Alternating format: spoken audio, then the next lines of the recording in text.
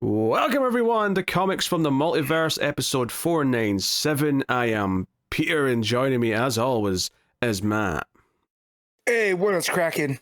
This is a DC Comics podcast. We get together to talk about the DC books we read this week. Coming up on today's show, we have DC KO issue 5, Absolute Superman 17, Batman issue 7, Absolute Flash issue 12, Batgirl 17, Poison Ivy 42, JSA issue 17, Batman Green Arrow The Question Arcadia issue 3, and The Nice House by the Sea issue 8. Plus, I got a Patreon book. I'll be talking about the next issue of Gideon Falls, which I think is number 12.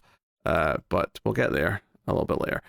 So, is that a new Jaws shirt you're sporting today, Matt? It's not new. I've had it for a while. I don't think I've worn it on the show. Okay. But yeah, it is. It's got the sheriff. It's got Brody here in his famous, smile USOB. It's so cool. That's very nice, very nice. Yeah, really jumping the gun for what I would describe as a very summery shirt since it's March. Yeah, I mean, we had nice weather, and then it got really, really windy today in the last couple days. So I'm just trying to will it into existence. But also, I just grabbed it because I needed a shirt to throw on. I was like, sure. It's sitting there. Yeah. Yeah, it's still cold here, but although it's calmed down a little bit this past week, but I mean, we'll see. Yeah, I mean, technically we're getting to spring now, so it should be switching over into decent weather. Not great weather, but decent-ish, they can actually go outside. Are you in sub-zeros? No. Okay. No, we're in tens? 5 to 10 Celsius kind of range. Okay. This past couple of weeks. Yeah, we were at 43, which I think in yours translates to about that. So we're about the same with the wind chill right now. Okay, well, all right. Yeah. Well, before we get into anything, before we get into any nonsense, I said last week there will be a vote coming up with the results debuting on the 500th episode, that's the correct way of saying that. But we are going to be doing our top 50 DC characters. Me and Matt are both going to make our list. Now, we're not going to do that for episode 500. We're going to do that for a separate 10th anniversary special, which will come sometime late May, early June, which will be the 10th anniversary of the show. But the vote for you guys, the results will be on the end of episode 500. And we'll see how that is. So the form did go out this week. I'll try and remember to put a link in the description of the episode, but I did post the link on the Discord for sure. I think on Patreon. I should probably do it in the post section of YouTube as well. But the link is out there, the Google form to put in your top list, and you have to put in at least top 20. You can put up to top 50. And just to reiterate, we don't really want this super specific versions of characters, because hardcore nerds might start going, well, there's Batman, and then there's Dark Knight Returns Batman, and then there's this version of Batman. That's a bit too nitty gritty. That's all just Batman. However, I have seen from the results that have come in so far, or the votes that have come in so far, that people are counting the absolute versions as separate, and sometimes having both the regular and absolute version of a character. I think that's fine. I think we'll keep that running, because ultimately the absolute universe is a constant ongoing thing that we can all pretty clearly distinguish. So if any of those are going to make it onto your list, you can put them on, but it does not merge with the regular version. If you want to put absolute Batman on your list and also Batman, you can. They will count as two separate entities. But the voting's there. There is a deadline that I've put up at the post. I don't remember it off the top of my head, but it's sometime this month. This later this month, because episode 500 is going to be towards the end of this month. So it's like a day or two before we record that episode. So yeah, go make sure you check out that link and make vote for your favorite characters, and we'll see who comes out on top. And then about a month later or so, me and Matt will do our own separate individual lists and reveal them on the specials. So that is the plan, so make sure you go do so. But that is coming up. So I guess I usually ask Matt, how was your week? It was okay. The abyss stares back, but it's just fun living in this timeline. That's all. I always wake up not knowing what to expect, and it's never what I want. So, thumbs up. Yeah. I guess my week was okay. I mean, You know what, Matt? I kind of expected... I saw a movie this week for a show, and I kind of expected this to be one that I was going to have to see your rating and be annoyed and like be like, what is he on? Why is he saying this? But apparently your rating for Scream 7 was actually fairly sensible, so... So the fact that even you recognize that shit says something, I think. Absolutely. It is, you know, I don't want to say disappointing because I didn't go in with expectations, but it didn't even meet those. And, you know, I got very bored. So much so that I had to wake up my brother at one point because he was sitting next to me. And I went to ask him, like, am I seeing the same movie you are? And he did that like startle awake thing. And yeah, it was just, so even when he's not, and if you think my taste in movies is questionable, you haven't met my brother. So yeah, it was just not a good time. It made Scream 3 look like a masterpiece. And that's the one that most other people have as the lowest, you know? I don't know if I'd say that, because I still think Scream 3 is pretty bad, but I get what you're saying. Yeah. So, no, it was not good. It's the same way. So I know this is weird because I look back now retroactively and there are parts of Halloween Kills that I enjoy, but it was the same feeling watching Scream 7 as Halloween Kills where I'm like, what am I watching? Why are they doing this? I'm confused, you know, and I don't think a rewatch of Scream 7 is going to have the same kind of moments, you know, that Halloween Kills did. Well, it's not. But I feel like it's not funny. Like, Halloween Kills is a bad movie, but it's a funny bad movie because it's just there's all these stupid things. There's stupid things in the script for Scream 7, but they're not stupid in a funny way. They're stupid in a. You thought that was an acceptable reason for this? You thought that was an acceptable reveal for that? Like that sort of stuff. Absolutely. Yeah, very. You know, why? Just stop. You don't need to make it anymore. It's okay. Do something new. You know, go on. Yeah, well, this one's making a lot of money, so you're definitely getting Scream 8, Matt, and you will like it. And guess what? I will be there, just not opening weekend. You know, I still like the movie-going experience. And I have to give a shout-out to horror that when I go to the movies now, they're not full unless it's a horror movie. Like, there was a lot of people at Scream 7 last weekend. Oh, yeah, horror movies have been consistently doing all right the last year and a half. Like, yeah, you know, Weapon Centers, and those are the good ones, but even the bad ones like Conjuring 4, like, they did quite well. Yeah. When we went to Conjuring 4, there was quite a few. Like, we had to sit up in a further row than we normally do, you know, picking up our tickets because they were full. So, yeah, it's, you know, and so again, I can complain about how crappy it was, but when they roll out Scream 8, I'm sure I'll be in the theater. You know, now I'm just more cautious because I think I liked Scream 6 way more than you did. You know, that's probably true. Although I thought 6 was better than 5. And yeah, so I liked 5 and 6, and I thought like, well, we can just end it there. It's fine, and 7 doesn't add anything to that. And in fact, I feel like it I don't want to say it hurts the franchise. That's too much, but it doesn't do anything interesting that would justify a part 7. And I keep wondering if Radio Silence, who I don't think they were going to make 7 anyways because of, you know, different things they have going, but what if their plan had kept going, how much different it would have been? Oh, it'd have been very different. There'd have been different main characters for a start. Like, it would have been night and day, for better or worse. I'm talking about tone and the management and certain characters, and like not just like Sydney returning or whatever. No, all of it would have been completely different. Like, there was no way this was the premise. Like, this was all thrown together because all the controversy of firing the previous lead. And Scream 7 like does this thing where it's constantly bringing up, oh, it's a shame you were in New York. Oh, I should have been in New York. Like, they keep referencing the fact that she wasn't in Scream 6. It's weird and mind-numbing and almost feels like they're actively trying to throw shade on the last movie for some reason. And it's not that great a movie. It's not, you know, something that I really want to rush to defend, but like, this just feels I didn't miss sad. I didn't miss Sydney in part 6 at all. No, because it didn't make sense for her to be there. And then all of a sudden she's got a teenage daughter, which, by the way, the age of this daughter, she had to have been born before Scream 4. Was there a mention in Scream 4 that she had a kid? I don't think there was. No. Also, did you feel that there was, and this is just because of the Kevin Williamson of it all, there was a lot of parallels to Halloween H2O?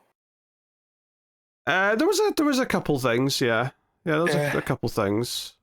You know, but again, I'm just wondering if that's the Kevin Williamson of it all, and the choosing to use your final girl heroine in a, you know, motherly role dealing with a teenage child around the same age they were when all the things happened. Yeah, but that's not because he wants to do Halloween H2 again. That's because, we brought Neve Campbell back and she's this age. So we're going to do the most obvious, boring thing we can do now that our main character is, you know, hitting 50. That's what we do. Yeah. We have her have a daughter who was her age in the original movie, and we rub it in your face on the nose as much as possible. Like, so yes. I'm not going to spoil anything, but I will say early on in this film, Sydney reacts quite strongly because her daughter finds her jacket from Scream 2, and she's like, whoa, this is like, you know, you should have asked me before you put that on. And she acts like she's seen a ghost or something. And she had to actually explain this was the jacket I had in college. Because I'll tell you this, folks, it's not this iconic thing that's instantly recognizable. It's just a brown jacket. I was like, oh, I guess it is the jacket she wore in Scream 2. It's not like that's the jacket, like, I don't know, someone who died like gave it to her as a present or something, and it was like this memento of like a loved one. It was just the jacket she happened to be wearing. It was like forcing nostalgia upon something that absolutely no one on the planet has nostalgia for. Yeah. It was really weird. Right. Yeah, because had her best friend, played by Rose McGowan, given her that with the type of enhancement they give Tatum's character, you know, because not once did they ever mention Tatum in any of the other sequels. No, that's right. Tatum's not been mentioned. Part 7, she's like the most important friend Sydney's ever had. She's not been mentioned in 6 movies. Well, 5 movies, I guess, technically. But all of a sudden, Scream 7, it's like, no, I named my daughter after her because Tatum was my best friend. And I'm like, all right, okay. And like, had they said that, like, oh no, my, you know, Tatum gave that to me, what are you doing with it? Type stuff. I could almost get it more, but like, again, like, I don't like Scream 2. Like, Scream 2 is fine. I didn't recognize that jacket. I was like, oh, it's just an old jacket that she's upset that her daughter's wearing. Like, there's nothing to it. I don't know. But, cheap fan service.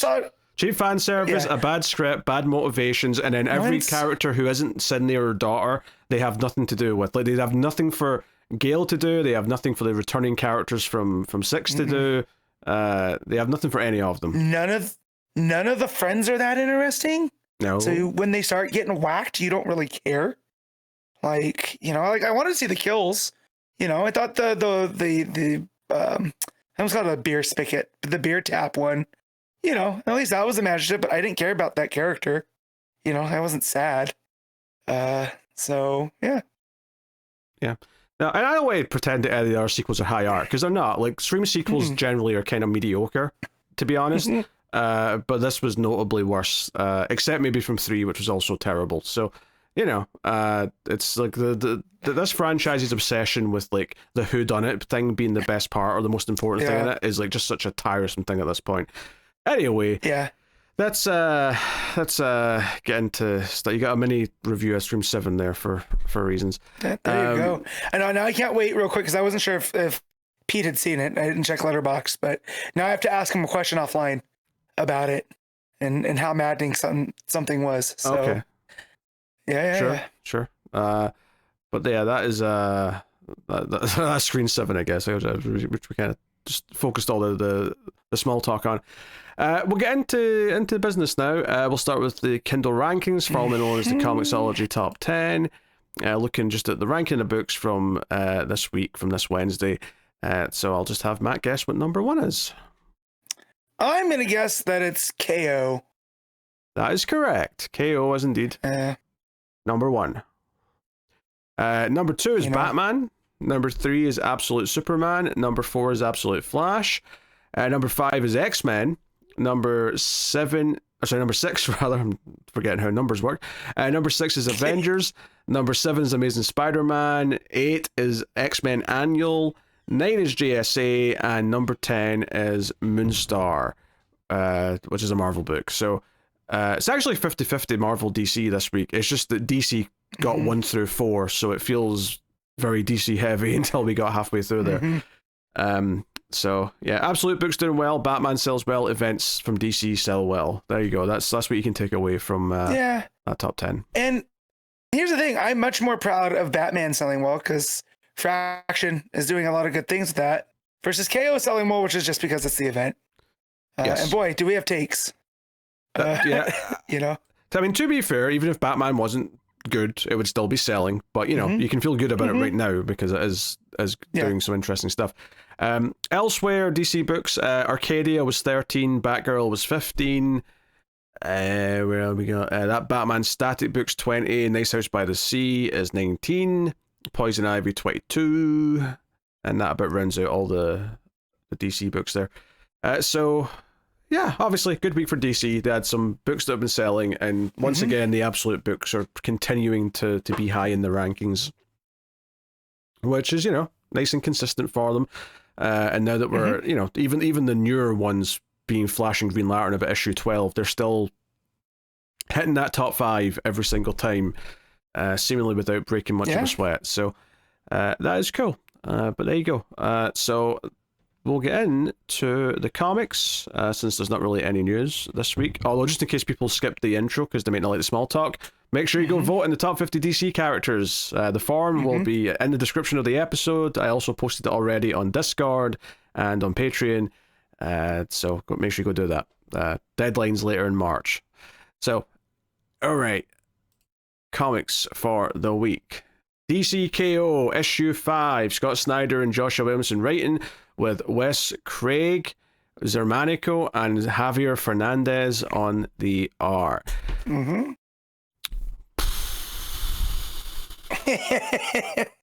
Like, I don't know, like, what am I supposed to say? Am I supposed to make sense of this? Am I supposed to say I understand exactly what the hell happened by the end of this? Like, is the universe we're in right now the one Superman created? I don't know. I don't think it is. I think he's got another universe inside him that's going to erupt or something. I don't know. But yeah. Oh yeah, Superman was the one who ended up making a new universe, or might be able to still make a new universe, because there was a plot twist that Time Trapper made a separate timeline or something. So just like Batman got the whole night fight thing, like, as a sort of weird get out clause for dying, Superman had one immediately as well.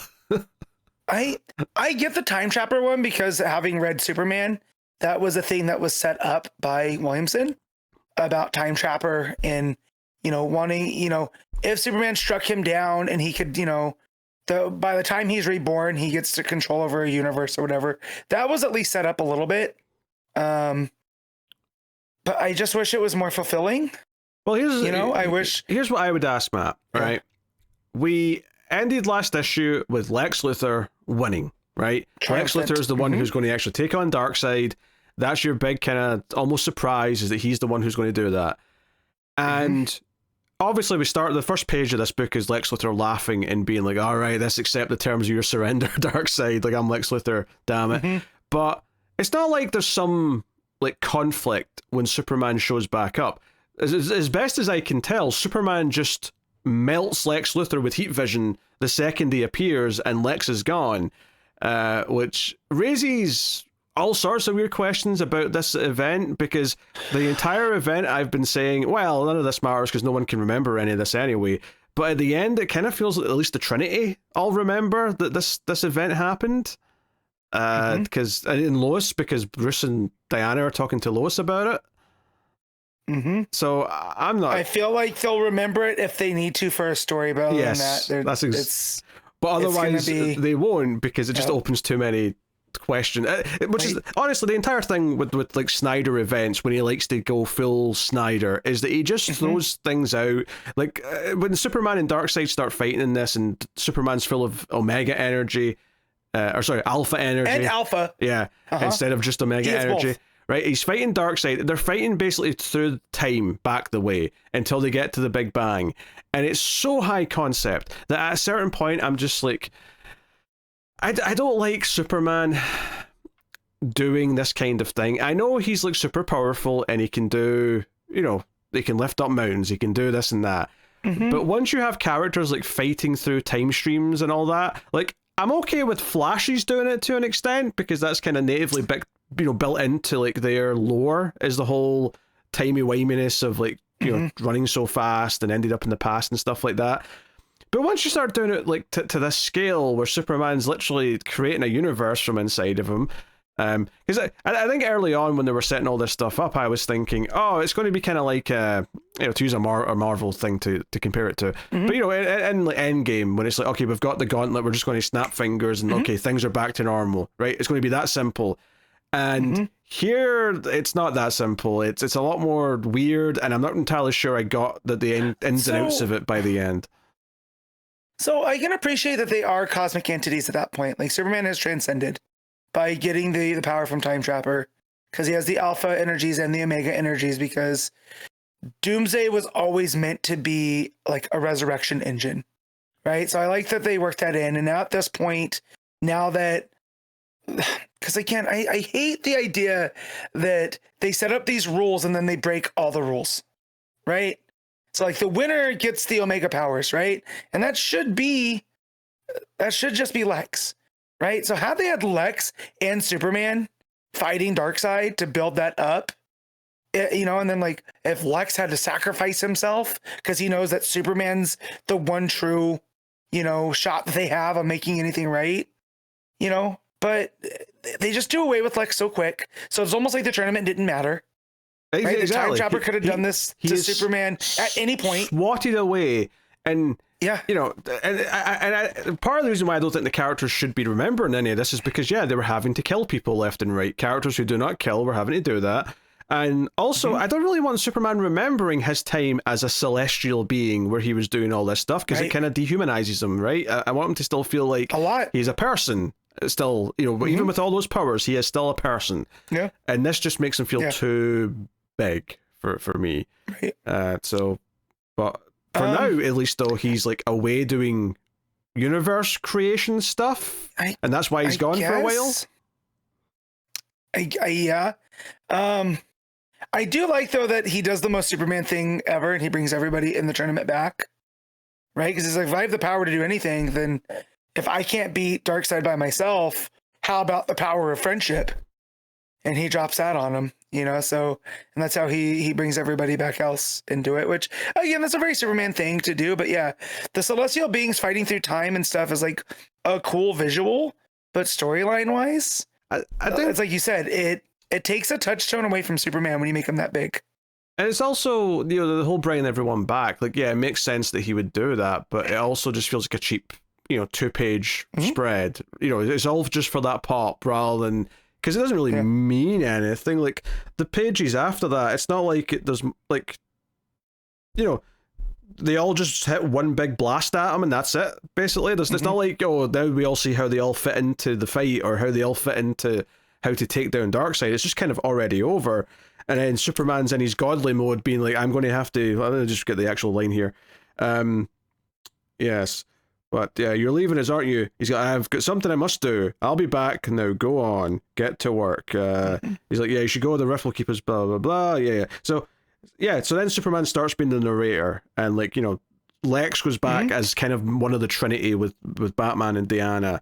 And there's a bunch of there's epilogues. There's, them playing the board game again at night. I will say the shift to the art for the second page of the epilogue was very like hard to take. Yeah, the Wes Craig art is something that looks like Michael Avon Oming, right? They used to do Powers with Brian Michael Bendis, and that does not match the Xermanico art or the who's the other artist, Fernández.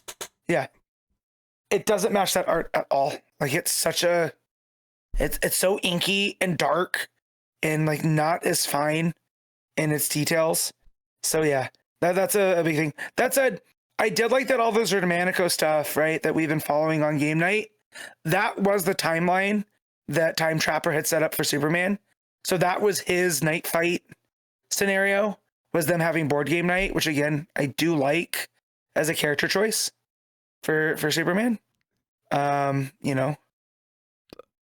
But yeah, I'm just trying to find positives here, Pete. I don't like the concept of it. So all the like this part of it makes sense, is fine and all, but it doesn't like ultimately feel good to me.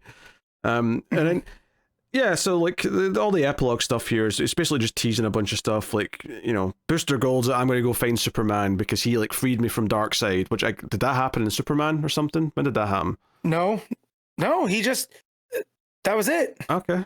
It's just Booster the stuff that we saw with Booster was all on the backups of fight month when you would pop in and now he's fighting Grodd and it was Darkseid Booster. Fair enough. So fair enough. Unless it happened with the Darkseid Agent stuff and I've just memory hold it, you know. But yeah. Yeah, but you've got the teases for various things. You know, you got Superboy Prime going around as Superman. Darkseid's Legion's hiding out in the future of the main universe right now because Darkseid's gone for a bit.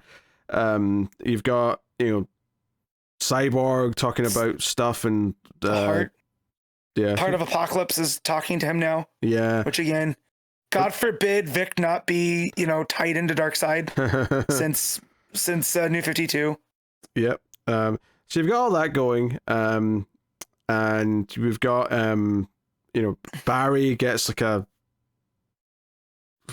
call. I don't even know if it's the right phrase, but Barry's going home and he's not getting his powers, obviously. And then someone's already written in his like laptop for his book that he's writing. And then there's like a mysterious hand holding an orb, and it almost feels like the narration that's kind of cut off in that panel is like, if not the book that he was writing, then the book that whatever entities put this in has done it. Probably the Heart of Apocalypse. Yeah, just based on the font of the narration at the bottom.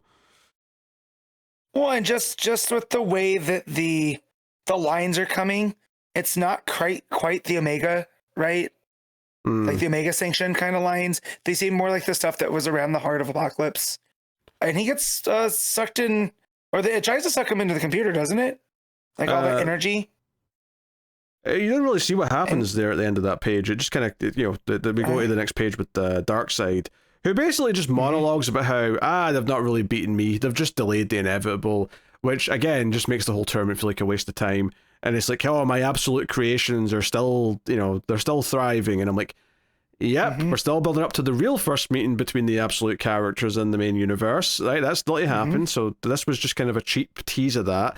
Hey, there is kind of some teases about absolute versions of, or at least other universes where like he is winning. Like it looks like on Earth 3, Darkseid's winning and so on. Yeah. So what happened there was they weren't just doing the tournament for our Earth. They did it on all the 52 Earths.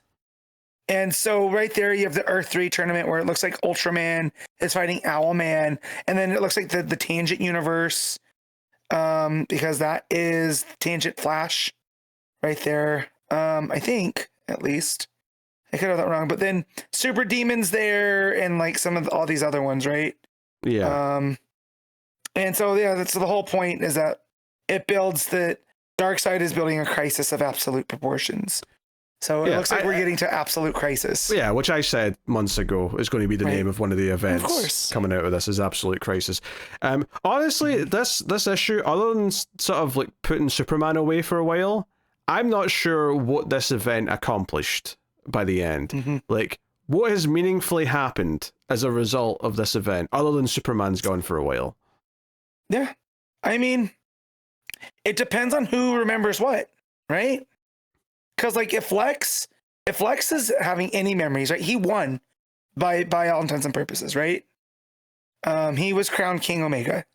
He has a whole different understanding of things now, right? So does that change Lex from where he was? Because when he went into this, right, he was meditating up at that monastery from his time posting Superman.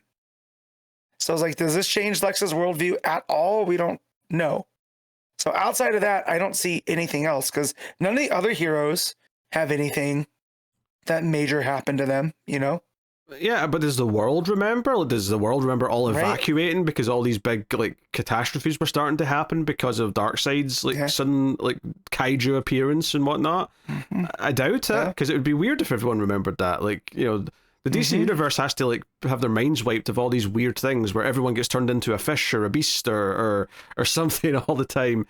Yeah, I don't know. I feel like at the end of this, it feels like everything's just put back to the way it was, and I'm not even sure how much of that is like I mean, obviously Superman did that, but like I'm not even sure to what extent, because he's not won, he's not defeated Darkseid. It's just kind of like, oh, Darkseid's going to keep growing the absolute universe, and he's going to come back even stronger. So the real event where we actually have that conflict, and probably have the absolute heroes from the other Earth, maybe like have to like pick a side, maybe they'll fight the regular heroes at first, but then realize that they should all team up against Darkseid, blah blah blah blah. All of that is in a future event. We haven't done any of it here. We've teased it, and then literally all we did at the end was say, yeah, this wasn't the end. It was barely even the beginning. This was all just a waste of time. Yeah, so if anything, the fact that the Earth 1, whatever we're calling this, Earth 0, New Earth, is the one that won, right? That Superman defeated Darkseid, and this universe gets to keep going on the way it was. Yet it seems like all the other 52 universes fell to Darkseid. So if this absolute crisis is coming, it feels just like that they're going to wipe out those 52 Earths, and then it's almost going to be like Infinite Earths reborn. Because this is all DC does, right? Is you wipe out a bunch of these Infinite Earths, give a set number. Oh, now that set number's boring. We're going to make them infinite again. You know, they bring up the metaverse in this as well, which was something that was introduced in Doomsday Clock that no one's touched since, right? And that's why Superman's able to get like an edge over Darkseid, is because, you know, him, and I forget the thing, I don't want to look for the page in here, but they bring it up that he has a touch, you know, he can touch the metaverse because of his, you know, because he's Superman for all intents and purposes. Yeah, Trapper, Time Trapper, Doomsday says that to him. Yeah. And this, so, you know, yeah, but ultimately nothing happens. This was an event, just have heroes fight each other, which is exactly what we were worried about. Yeah, and that's all it was. It was very surface level, and because of the way it's wrapped up, I mean, the only things that have really happened is that Superman's gone for a while, and I suppose the reveal that Darkseid has won every other universe, right, in the 52, right? He seems to have, because that's what that final page is all these other planets have Omega symbols over them, except the main one, except our Earth, or DC's Earth. Right. And it's like, okay, all right. So that's like one pivotal plot point that seems to have happened. All of the reasoning for like why Superman is able to do what he does is a bit wishy-washy. Oh, he's got Omega and Alpha energy in him, and you know, he's able to use that. Okay, well, sure. They were just making up rules as they go, right? Like, and that's not fulfilling in a story. No. Well, that's always, because none of the stuff feels earned. But that's, you know, Snyder's events though. All of his events are kind of like that, where he just kind of pulls like ways for the good guys to win out of nowhere, or I don't know. Like I always have this kind of weird, just like dissatisfied feeling to the way some of these types of events wrap up. It's why a lot of the Crisis that aren't either the original or something a little bit different, like I don't know, like, but a lot of the Crisis for me always, once they start really getting into the whole, all these worlds are, you know, fallen and whatever, like only once or twice have I found that quite satisfying, and it's usually because they keep trying to go bigger and bigger to the point where it's too much to even process. And if there is like a good through line of rules that makes sense and all click together, I'm not seeing them a lot of the time. So I will say too that there's an appearance by Pandora at the end on the anti-life. It says anti-life once all the infinite others fall, which the fact that character is such representative of New 52, it felt like a stomach punch. You know, like we don't need her showing up. Like, why is she here? I even realized no one invited you. I didn't even realize that was Pandora. Well, I'm assuming it's Pandora. They don't come out and say it, but it's this hooded figure with the magenta robe. At least I think it's magenta. You know, so it felt like it's Pandora. I don't know. You could tell me that's just Saturn Girl wearing a hood. his Saturn Girl. True, maybe. I took it as Pandora, just because of the cloak. I'm not thinking about Pandora on an average comic book reading day, I must admit. So it never even occurred to me that. I mean, it may be Pandora. Welcome. It doesn't mean anything if it is. Welcome to my brain. No. Well, all it did is it's a stark reminder of the New 52, because that's the only time she's ever showed up. You know, and I don't want to be reminded of that. I mean, I guess, but I don't know. It's just it wasn't a good event. It was all just a bunch of messy fighting for the most part, and ultimately, because most of it after the setup, it was just here's a round of fights, here's another round of fights, here's another round of fights. oh, all that didn't matter because Superman's brought back anyway, and then he's just going to fix everything, kinda, but he's not actually defeated Darkseid, so the real fight against Darkseid's still not coming for another year, or however long it's going to be. So it looks like we're getting an absolute event of some kind towards the end of this year, and I suspect that next summer, give or take, is when we'll get maybe Absolute Crisis, or maybe later than that. Who knows how long down the road they've planned that for? But yeah. So no, like, admittedly, I don't think I was annoyed reading this as much as issue 4. I think issue 4 was more egregious to me in a lot of ways, but as an ending here, because I wasn't against like some of the stuff early on when Time Trapper was like, hey, you know, the metaverse kind of revolves around you. You know, I was built to keep coming back, but I'm going to give that you know, resurrection engine to you, blah blah blah. Which, okay, sure, yeah, like it's a bit of a stretch for me to just believe that he can just give it to someone else and it'll work. But fine, whatever. We'll go through the process. But yeah, just a big mishmash of ideas, without really considering if they're actually satisfying in the way that they work together. Is my big thing with these types of events, where it's like, Snyder just gets these big, huge concepts, and he's like, "Oh, this is so exciting," but does it actually fit together and make for a satisfying conclusion based on what you've set up? Is there a good through line where all the previous issues feel like they mattered on the build up to this? And I don't think they did, and I think we realized they weren't going to matter that much as the more we get into it, which is why issues 3 and 4 were a lot more negative, and then this one just like, oh yeah, none of those mattered. Tournament was irrelevant. Yeah. Yep. Just a gimmick. Well, just the whole thing with Darkseid, and just he feels, I don't know if I like the omnipresent Darkseid, right? I like when Darkseid, you know what he represents, and you know there's the like the shadow of Darkseid, and now they've made him this like end all be all, you know, and like I said, omnipresent, and just kind of makes him boring, you know, like. I don't know if I agree with that, and like I'm not saying that the execution's good here. I don't think I have a problem conceptually though with Darkseid being omnipresent, right? I think like their use of him in this event is shit, but I don't think it's a problem conceptually. What I'm picking up on. No, yeah, that might just be what I'm picking up on a bit. Just, you know, yeah, it just wasn't executed properly. But yeah, it was a bit disappointing because, you know, but we kind of felt that going in. I just wish that we were wrong. You know, well, it says something that like going into this issue, I forgot issue 5 was out this week, and I just saw it in the list and went, "Oh, that's out this week. Huh? I guess I'll just have to get through that." Like it was a hurdle to get to all the other books that I wanted to read, as I just had to get KO out the way. Yeah. So yeah, that's pretty much it. Yeah, and then obviously, yeah, like we said, the art, like obviously there's good pages of art, but it is a bit messy at times, and that transition to the final artist towards the end of the book, the Wes Craig stuff, was very abrupt and jarring. It did not feel smooth at all. I was like, oh god, what happened? Did like I was like, did something happen to one of the artists before they could finish? You know, I was worried for their safety. So yeah, and it's not even like the teases at the end were even that, like, because at least when I think back to like the end of say Death Metal or something, and like, okay, it wasn't the greatest event in the world, but it was fun enough.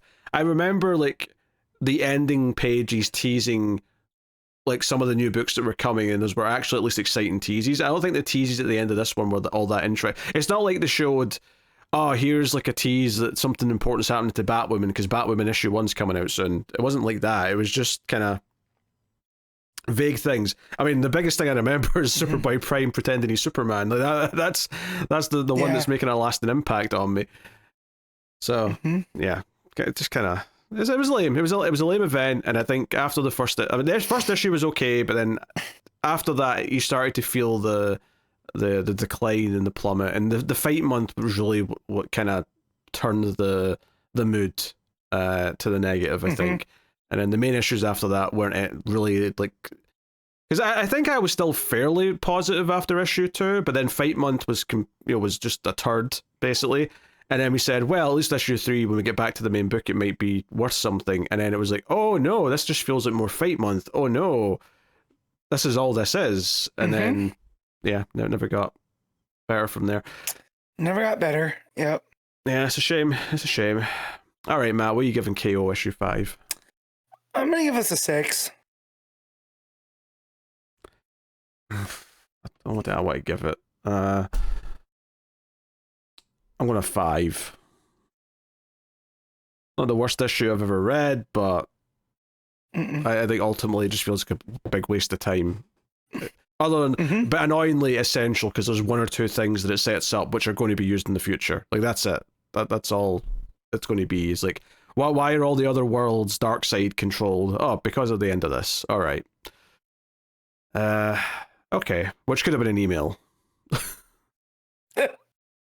This whole event could have been an email. It's a DC wiki entry, right? Here's like a list of all the people who fought each other. Here's all the worlds that are now under Darkseid's control. There you go, done. Yeah, at least the Dark Crisis on Infinite Earths. At least that revolved around Darkseid's crack. Yeah, but that was not good though either. We were pretty negative on that. I just wanted to make the Darkseid's crack joke. That's fair. We've always got time to bring up Darkseid's crack. Don't worry about that. That's always going to be a mainstay. But yeah. I enjoyed Beast World, but it's definitely been a while other than Beast World since there's been an event that I've quite enjoyed. Honestly, it's maybe the biggest weakness DC's had in the last few years is the events have not been that good, but which is okay as long as they're not infecting too many of the ongoing books. It's not that big a deal because they're there and then they're gone. So. Well, that's the thing about Beast World is it felt like it was just a story happening across Nightwing and Titans and. You know what I mean? And it felt more controlled. Yeah. So... Well, it was a bunch of one-shots and stuff, but yeah, it was... Yeah. Oh, well. There you go. That's a KO.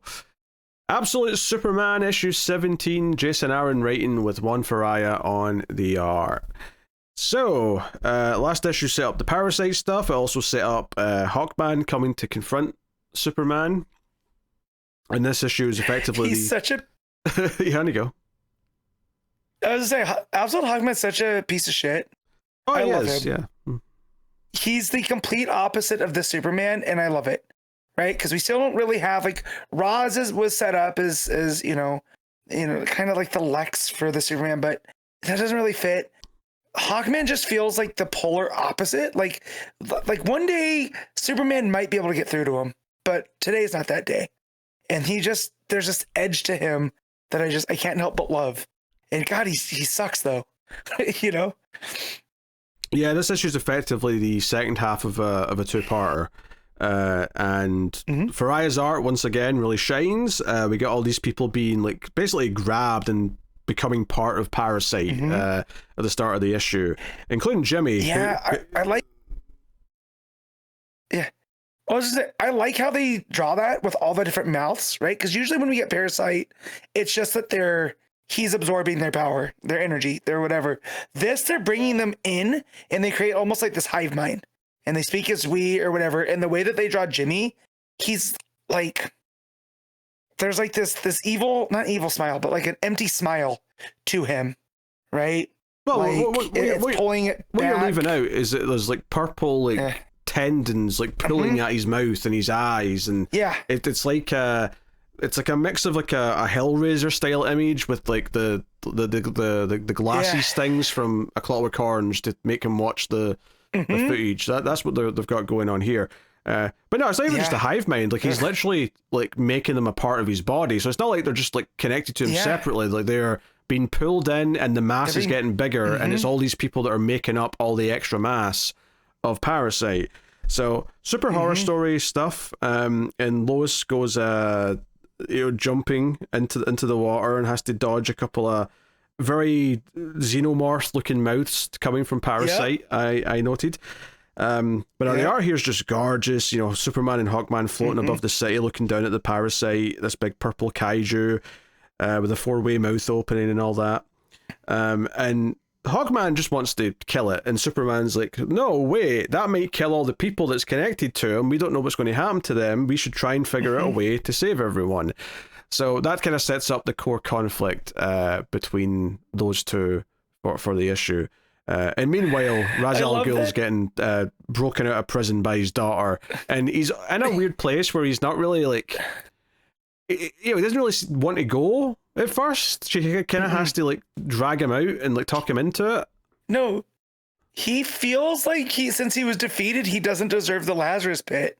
So he doesn't want to go, you know? And it's like the loss to Superman has completely messed up his life. You know, it's completely changed his view of the world. You know, and she even has to like drag him. He's like, come on, we broke out. We made this distraction, but you gotta go, you know? Yeah, well, which is what I want to go back to Hawkman.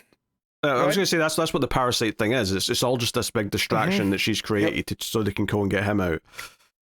Go get him out of So I want to go back to the Hawkman and Superman where they're talking, and he's like, you can't just kill that thing, and Hawkman's like, we got to kill this thing or everybody else is going to be dead.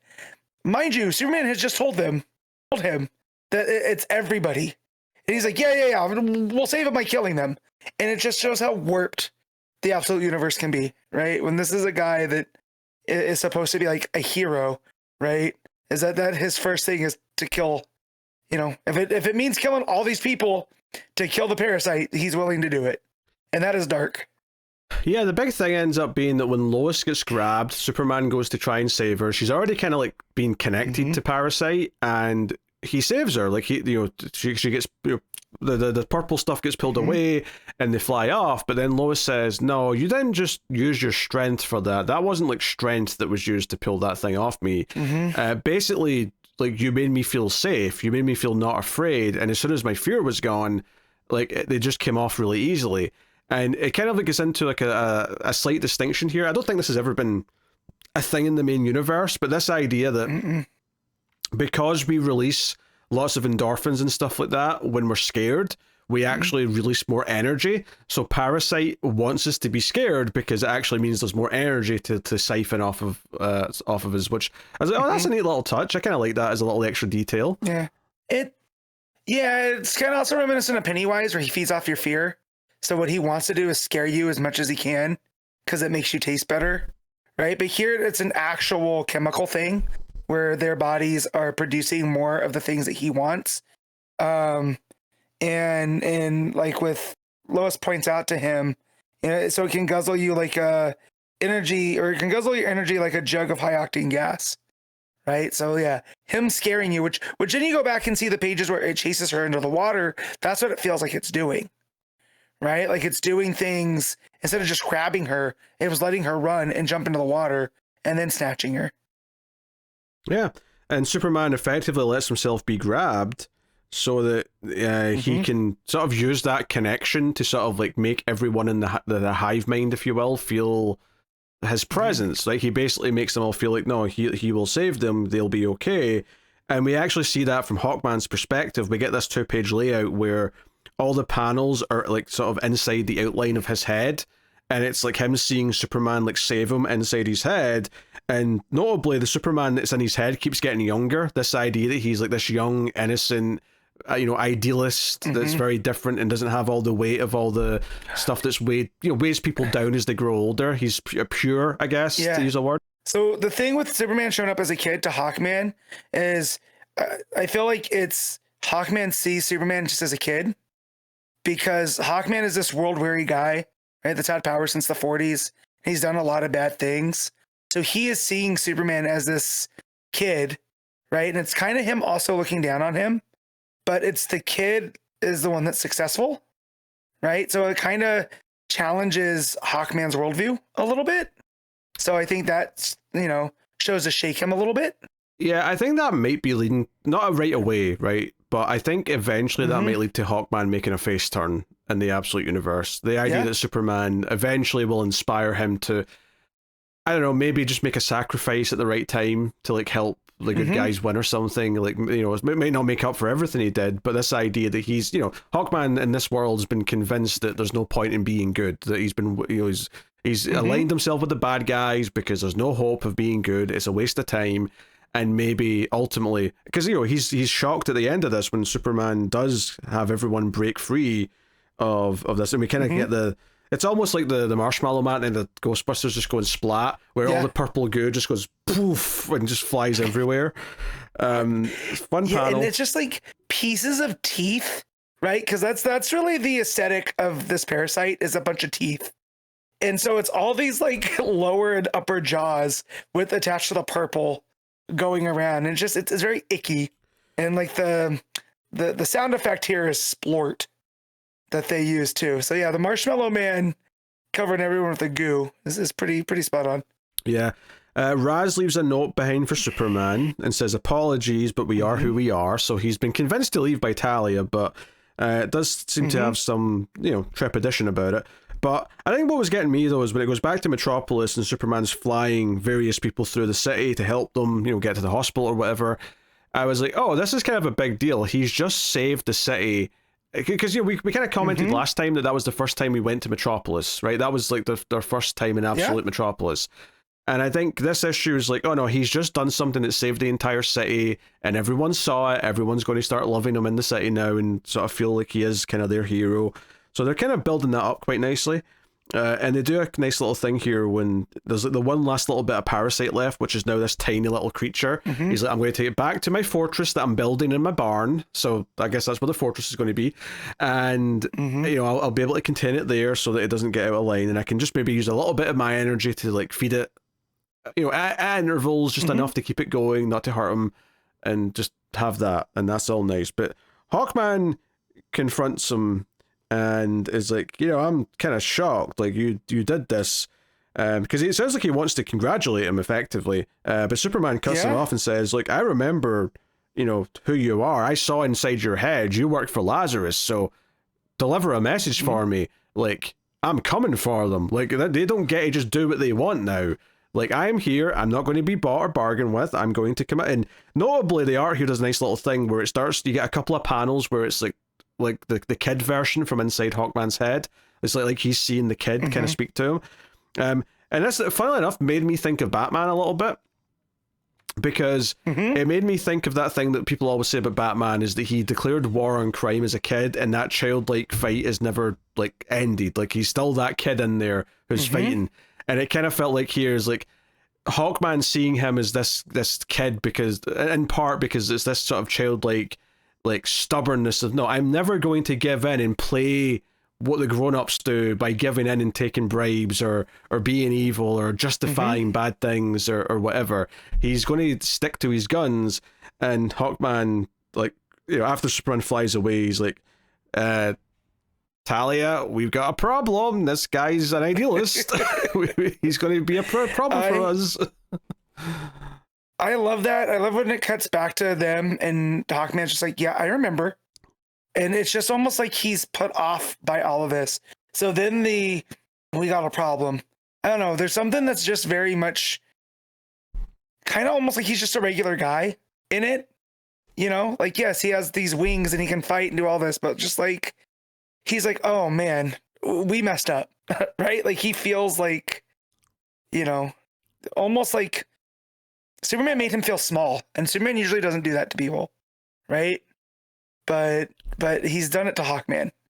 Yeah, I think this two-parter done a really good job of, one, yes, making him appear as a hero in the city, and he saved everyone and everyone saw it, but also this kind of almost mission statement to the villains of, no, I'm here now, and I'm not going to let you away with this shit you've been getting away with, because that's been the way of the world, and now there's someone who's going to actually stand up and stop it. And as we've seen with Absolute Evil and like the backstory of this world, is that the villains have gotten away with everything. They've taken out any hero that's maybe started to rise up before they could become a problem, and now they've got Superman, who can't just be shut up as easily. And it's like, oh, we have to actually deal with the fact that he exists now, and how that's maybe rocking the boat a little bit. And it's why Hawkman's so surprised by the way all this plays out by the end, where he's like, oh shit. Yeah. Yeah, it's exactly what it is. Like, oh man, things just got difficult. But yeah, I just love the characters and how that plays off, because it's very much this, Superman is this idealist and Hawkman is the cynic, right? So just to see them play off of each other in that way as well, it's very entertaining. And not to mention, Dave, the fact that he's done this proves that he's inspiring everyone, because the whole idea is that he had to make everyone feel safe. That was part of Parasite, to make them all be freed. So it's proving not only that he can do it, but it's proving that he's already having an effect on the people, that they're starting to believe in him, and how that's dangerous for the evil powers that be. So, no, that was a really strong two-parter of like establishing all this stuff that makes it feel like we're getting, because we've been talking about nudging forward and closer to what we think of as Superman becoming Superman, and this one to me felt like, oh no, he's pretty much Superman now. Like, yeah, he looks a bit different, he talks a little differently from regular Superman, but this feels like it's like, no, in the absolute universe he has become Superman now. Yeah, with the fact that he decided to take Parasite to his barn and set up the space zoo, that's his first act. That's very Superman. Because he's gonna take care of him. And when you just said how he's like inspired the people of Metropolis, it makes me think about like that's where we started at with Wonder Woman, with Gateway City, like with the Tetracide, right? And then with Bane, with Absolute Batman, right? And I feel like they're all coming through this, where now there are these three figures that are inspiring instead of whatever else, like whatever the opposite of that was with the absolute evil, with all of the CEOs and tycoons, is these three now have showed up and they're changing the barometer. They're all very public and how the world reacts to things. They're all building kind of their I guess they're not their clout, but their allure, their mystique. They're all building that sort of personality up, right? They're getting over with the crowd, to use a wrestling term. Yeah.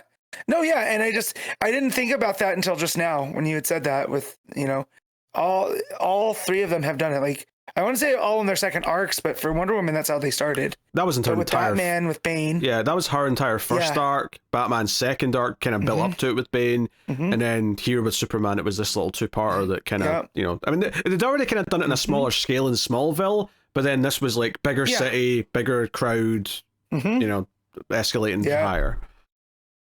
Yeah. So, but yeah, no, a lot of good stuff. And like Ferreyra, I feel like matches this book so well with the way, I love the way that Hawkman looks with the mummy wraps and the wings and all that. But then the Parasite and all the the body horror kind of vibes of it. Yeah, the body horror stuff was great. They're equally good. That panel of Jimmy was phenomenal. And then all the stuff with Superman looking down at big Parasite was just gorgeous. That said, there was a couple pages at the end we haven't talked about yet. A little epilogue needs to be discussed, because we still have Brainiac visiting Lex Luthor in Missouri. And funnily enough, there's a little bit of a continuity here, because Lex has like some metal on his face that's effectively doing the same thing that the Parasite tendrils were doing to Jimmy earlier on. Very, very similar. Clockwork Orange, opening his eyes up and all that. And Brainiac's got blood all over his chainsaws, and he's like, hey, you need to decide to be the Lex I know you can be, so hopefully you won't disappoint me, so have some time to think about it. And he just leaves him, he walks away, and then the final page is we see that Lex is looking at, all bathed in red, he's looking at the body parts of his entire family. His wife, his kids, they've all been mutilated. Yep, massacred. Yep. Yeah, very, very, very much horror movie, kind of Hellraiser, Art the Clown, right? Like, why let him live so he can tell the story? Well, what's so wild about this is that this could go a number of ways. This could, like, there is one way where he just kind of becomes Lex, but he does it to take down, like, Brainiac and the other villains, because now he's got, like, a vendetta against them. Two, he doesn't, like, this just solidifies that he is a good person here, because he is on the other side of this, and he maybe is vengeful in some ways, but maybe in more, almost more of a Batman-y way, where he's like, no, I've got a mission now, I've got something to fight for. Alternatively, though, he could become this universe's Joker after this. This might just make him go insane. So that's what I was thinking, that if they traded the Joker mystique with the Luthor mystique, right? Because Jack Grimm is this entity that's ageless, right? And turns into this big giant monster. But for all intents and purposes, he's very Luthor-like, right? But with the way he has his hands and everything, whatever. We don't really have a Joker like that is like a maniac. And I feel like swapping with Lex here now, that he saw his whole family be massacred and he couldn't do anything about it. All because Brainiac knew what another Lex Luthor was capable of. Yeah, and it's interesting as well, because you have like, you're talking about how Joker is more like Lex to an extent in the Absolute Universe. the Batman in the Absolute Universe doesn't have the money, so the fact that he's taken on a billionaire actually means something more than it would in the regular universe. So I think that's an interesting little dynamic there as well, if that's the way they're kind of inching it. So it's interesting. So they could go a number of ways with this Lex stuff, and I really don't know what they're going to do with it. I feel so bad for him. Yeah, I feel so bad for him. Yeah, which is not something that you usually say with Lex Luthor. Yeah. And which is a question, is like, if the regular Lex gets to meet this version of Lex or sees what happened to him, like, what does he think about it? Does he feel something? Like, I mean, I feel like this Lex would be like, why are you crying? They just freed you from this burden. Like, go and be yourself. You know? Because Lex doesn't have, like, yes, he has Lena, but, like, Lex doesn't have a family. Lex has people and pawns that he can put into things. Look, he's ruthless, but he's not like, you know, it's not like spending a weekend in the Texas Chainsaw Massacre house wouldn't faze him a little bit. Yeah, that's true. Yeah, this Lex is cooked, as the kids say. There's no good that can come from this, right? Like, even if he does become like you said, like Batman with his vengeance, it's gonna be more close to like Frank Castle. Sure. And I feel like with the Punisher, right? And he'll just take out anybody that he sees as a threat, which could be heroes, the villains. Like, and he becomes the ultimate wild card. And I feel like that's how they could make him Joker-esque as well, right? Because Joker, like, doesn't play well with others very often. Like, how often do you see Joker with the Legion of Doom?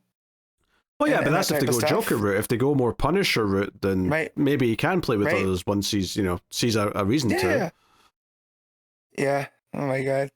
This is man. I remember the memes going around with like absolute Joker is a complete, you know, devil Satan type, and Darkseid really has it out for Batman, and then this Lex is just a guy in Missouri, and now I feel like Darkseid has it out for Lex as well, right? Because like he just massacred his family in front of him.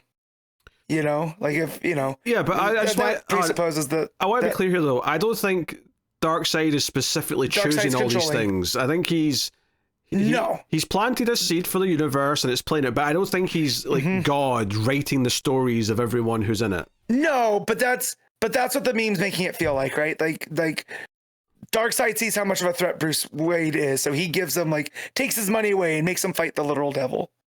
You know? And it's just like using that logic. What the hell did he see in Lex Luthor to put him through all of this? You know? So, curious to see where this goes. Just because I didn't have Brainiac massacring Lex Luthor's family on any bingo card. You know, when he got introduced at the end of Absolute Evil, we're just like, oh, he's a farmer out in Missouri.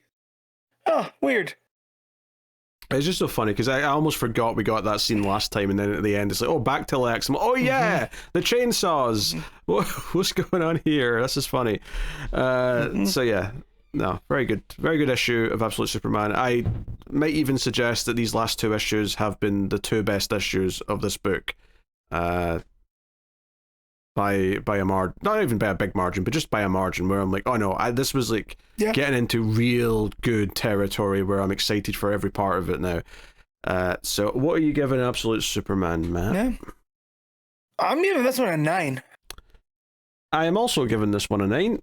It was very good. So Batman issue 7, legacy number 935, Matt Fraction writing with Jorge Jiménez on the art.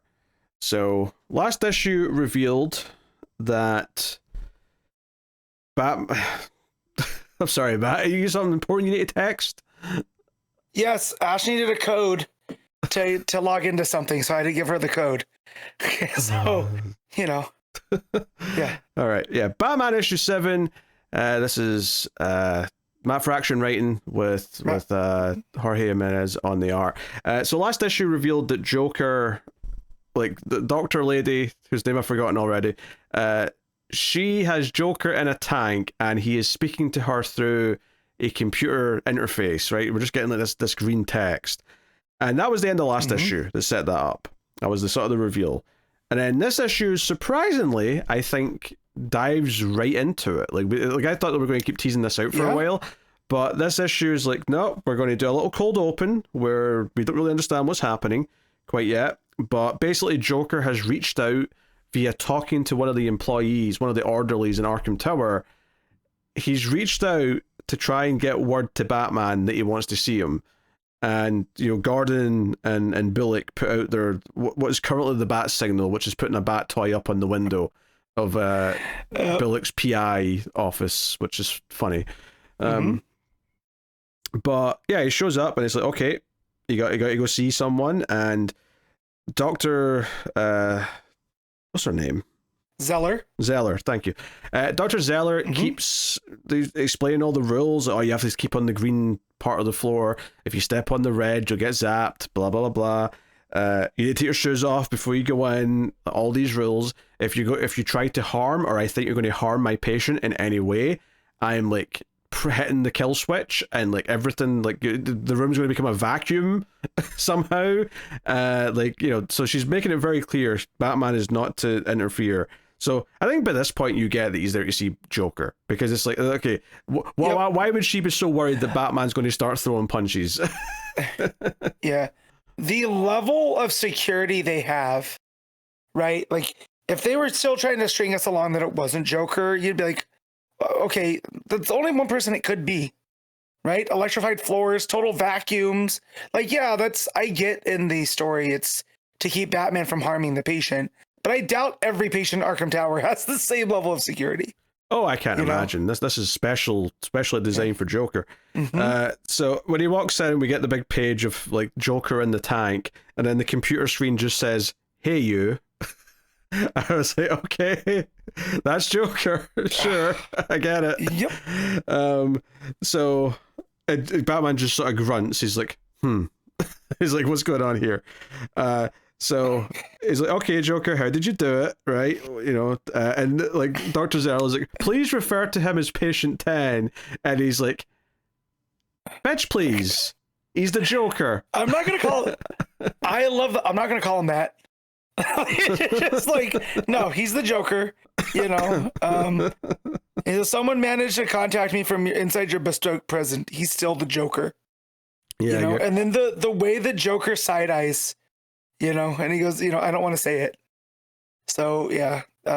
What this issue does with just the text panels as well is really, really fun. It's so ominous because it adds. It feels like I don't know, like war games or something where the computer's talking back to you. It's got that kind of like vibe to it. But you have this sort of thing where Joker's like saying, yeah, this machine that Zeller's put him on has cleaned up his brain. He can think for the first time. He explains actually because Batman's like, hey, you've already got a leak in your security because Joker got a message out to me to come and see him. And he's like, okay, yes, this guy used to be a cop. I basically messed up his face, which we saw in the opening scene. This orderly has a kind of almost like a Two-Face style burn on the side of his head. Yeah, on his right side, like it goes down. His hair's missing. It goes down his right arm. Looks like he might be missing some fingers as well. Yeah. So yeah. But the point is that this is someone he used who works here, that would get the message out for him, and yeah. So there's a lot of like, I mean, this issue isn't almost entirely just talking to the Joker in this room, this very almost Hannibal Lecter-esque, like come to see him kind of sequence, and it's pretty compelling throughout, I have to say. The art's pretty great. There's a couple of great panels later on where it's like you can see the reflection in Zeller's glasses, and in one glass it's Batman and in the other it's the Joker. Just little atmospheric touches like that really make it all work. But but Batman's like, hey, like what's the gag here? What have you got me here for? What are you planning? And he's like, are you going to tell me that you can't remember all the horrible things that you've done as the Joker? That this was some other life? And then he's like, no, on the contrary, big 2-page spread of his face and the one little black box with the text, I remember. And then I assume this was a fold-out page in the physical version. I think so too, because I think on the physical copy I saw at the shop this week, it says with fold out. Yeah. So there's this big fold out of like basically just, it's just Joker, and like basically a lot of things that Joker's done in this big kind of, I guess we'll call it a 4-page spread, with just basically just like, you know, one bit of it he's holding Jason Todd. It's not panels though, it's more all just kind of, it's almost like a big wide cover that Jiménez has done. And it's like Joker's greatest hits, right? Because it's got the Joker fish, it's got the blimp, it's got I'm trying to see some of the other stuff on here. There's the one with the Joker. I'm assuming this is going that has something to do with the story where he's got like a really long arm, right? And there's a guy that has a gun. Yeah. There's the camera from Killing Joke and so on. Harley's there, but yeah, and you get like another 2-page spread of his face again. It says, "I remember everything." So presumably this was the two different, like, this was the back of that fold-out page was these two-page spreads. So very, very big moment, right? And it's kind of a surprise, I guess, is that he's like, I can never leave here. Like I can't be let out. It's too dangerous.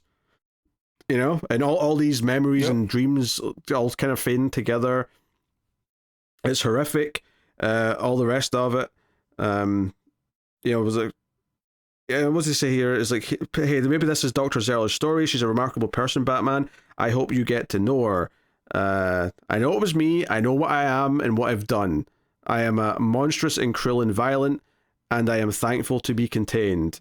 So it's kind of like this idea that he's like, no, I know how horrible. Like, if let's assume this has really worked for a second. He knows how horrible he has been, and how dangerous he is if he's not connected to this machine. And he's like, no, never disconnect me from this. I should remain here forever. And then after he said all this big speech, Batman just sighs. And Dr. Zeller's face just goes full on like anger because Batman's not taking this seriously. And he's like, oh, this is the opening of The Last Gambit, right? That's the play. Give you more freedom. Maybe let you walk around a little bit. He's just looking for what Joker's angle is. Zeller's pissed about it, but then this is where Joker's like, no, I can never be let go. I can never fill you. I know I can never fill you. In fact, this is why I'm letting you in on this, is you need to make sure she never lets me out. You need to make sure that she keeps me here. So I will say this storyline is intriguing. This idea that this version of Joker, at least hooked up to this machine, knows what he is and wants to be contained because he's sane while he's hooked up to it. And I love that Batman is so skeptical because, let's face it, I'm pretty skeptical myself. Honestly. Yeah. Well, I love how sassy he gets with Batman with the hands on his hips and everything, where he's like, okay, he's you all done with the games and plans and traps now that Zeller's miracle device is showing you the way. Now, why not take the needles out, maybe get the tubes out, walk around a little bit? Come on, man. And that's when he turns to Zeller's like, he's wasting my time. This is what he does. We can't trust him. So yeah, the fact that he's sassy and skeptical and everything, I love that spin. Yeah, and Joker says, look, I know what it was like constantly being like on edge and always be plotting against you. And you know what that's like because you're Batman and you're always planning, you're always plotting.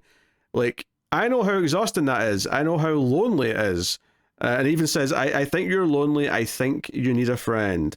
I know I do. My ceaseless compulsions, monomania, megalomania, and obsessive drive to control and manipulate every detail of every day, it was exhausting. And the beautiful thing about that sentence is that it also describes Batman. Like, he has to control everything every day. It's exhausting. So, yeah, like, I love what Fraction's getting at here. I think it really works. Also, the Joker weaponizing mental health terms is very, very funny right now. Because it's a person that you gotta imagine this is like someone that's been through therapy but is still having problems, and they're trying to tell you how to fix yourself. And you're like, yo, I'm glad you're working on you, but leave me out of this. I'll go see a therapist if I want to. You're not my therapist. And that dynamic I felt was going on here. Yeah, he's like, I'm a lone Joker. I'm not lonely. Two different things. I can tell the difference. He's like, yes, of course. I used to tell myself the same thing. And that's when you get the reflection in Zeller's glasses, which is really because Batman's blue, Joker's in the green tub, so there's a nice blue and green contrast. Yeah. But then the really interesting part is like Joker's like, "Hey, Dr. Zeller, can I ask a favor?" And she's like, "Okay, what?" And he's like, "I realize this is very strange to ask this, but I have reasons that I asked him here today, and one of them is a secret. I'm going to need you to like not listen to it. I'm going to need you to like turn off the comms and not listen to anything." And and she's like, wait, I've got patient doctor confidentiality. Like, I would never reveal what you say to him. And he's like, yeah, but like, whatever me and Batman are, we have our own confidentiality that you don't get to be in on, which I thought was a really interesting way. I mean, that wasn't the exact line, but the way he kind of phrases it, was really interesting. And I think it was Snyder that had said he writes Joker like a jilted lover. And that's why the things with Batman, is, so here when he describes it as, whatever it is that he and I are, right? It goes just beyond, arch nemesis. They're entwined and entangled forever, and it gets off, in The Dark Knight when Joker tells him, kill you, what would I do without you? So it's playing into that as well. They're beyond whatever they are. And I like that Zeller does. She listens. Yeah, but she shuts off the comms for 30 seconds. But I think it's more interesting here, though, because it's coming from this version of Joker that's looking at it introspectively. It's not just this obsessive thing where he's saying crazy things like that because, I'll say the whale thing to give you a shock value kind of thing. It's more like, yeah, we've got a complicated relationship, and it's a relationship that almost no two people on this planet have, right? Like, not even Superman and Lex. Yeah. Superman and Lex have obviously a very specific relationship, but it's not Batman and Joker. That's a very unique pairing. So she does indeed turn off the microphones or whatever, and Batman's looking at his watch, just going tick-tock. He's like, he's like, look, I still hear things from around Gotham in here, but someone's coming to kill you, and I don't know who, and I can't stop it. So he's trying to warn Batman, and this is probably going back to the teases of that like crime syndicate that they were teasing a few issues ago. Yeah, the Minotaur. That's the one. Right? Yep. And Batman just walks out in his bare feet. He's like, "I'm Batman. People try and kill me every day. You've discovered it's Tuesday." And he's like, "No, you don't understand." There you go. I was like, no, he's sassy again. Like, he's just, I love perturbed Bruce. He's not angry. He's just like, oh, God, this guy. But and then we get the ultimate reveal. Yeah, he's like, no, you don't understand. They're coming to kill you, Bruce. And that makes Batman stop in his tracks. Which, I like this idea, because we were like, okay, Joker wants her to stop listening, right? Turn off the mics. I love that it's because he's going to bring up his name as Bruce. Now, it's a little funny that she should have figured out that he's Bruce Wayne by now, based on the last couple of issues, but it is kind of interesting that that's the secret that he knew couldn't be revealed, that he had to like get her to stop listening so he could drop this bombshell. So I'm very curious as to, what, like, does Joker explain that he's always known this, or at least for a long time? Does he explain that he's figured it out and he's got clarity that he's put it all together? So there's definitely been times in continuity that before Crisis and stuff where Joker had definitely figured it out. It's not a completely new thing, but it's clearly a shock to Bruce in the moment. He clearly reacts to it, so it's a big deal that he knows. Yeah, I always like the idea that Joker figured it out, but he keeps it to himself because that's the joke. That's something that's just for him to know, because he likes the game of Batman and Joker, So the fact that he addresses him as Bruce and that whoever is coming to kill Bruce Wayne, not Batman. Right? So that's why he's got to let him know. I do. I think that's interesting. Yeah, I almost think that he just doesn't care that he's Bruce. Like, he's probably figured it out, but he's like, no. Like, right? And in the same way that, like, Batman sees himself as Batman first and Bruce Wayne's just the name in the disguise. Like, I think Joker just feels the same way. He's like, no, I'm here for Batman. I'm not here for the business suit dude.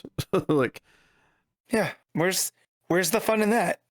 Yeah. So I like that it builds on their relationship a whole lot, and this is an issue that's done over a conversation, and it's very dynamic in that as well with Jiménez's pencils and the way that the colorist. I'm gonna see who the colorist was here.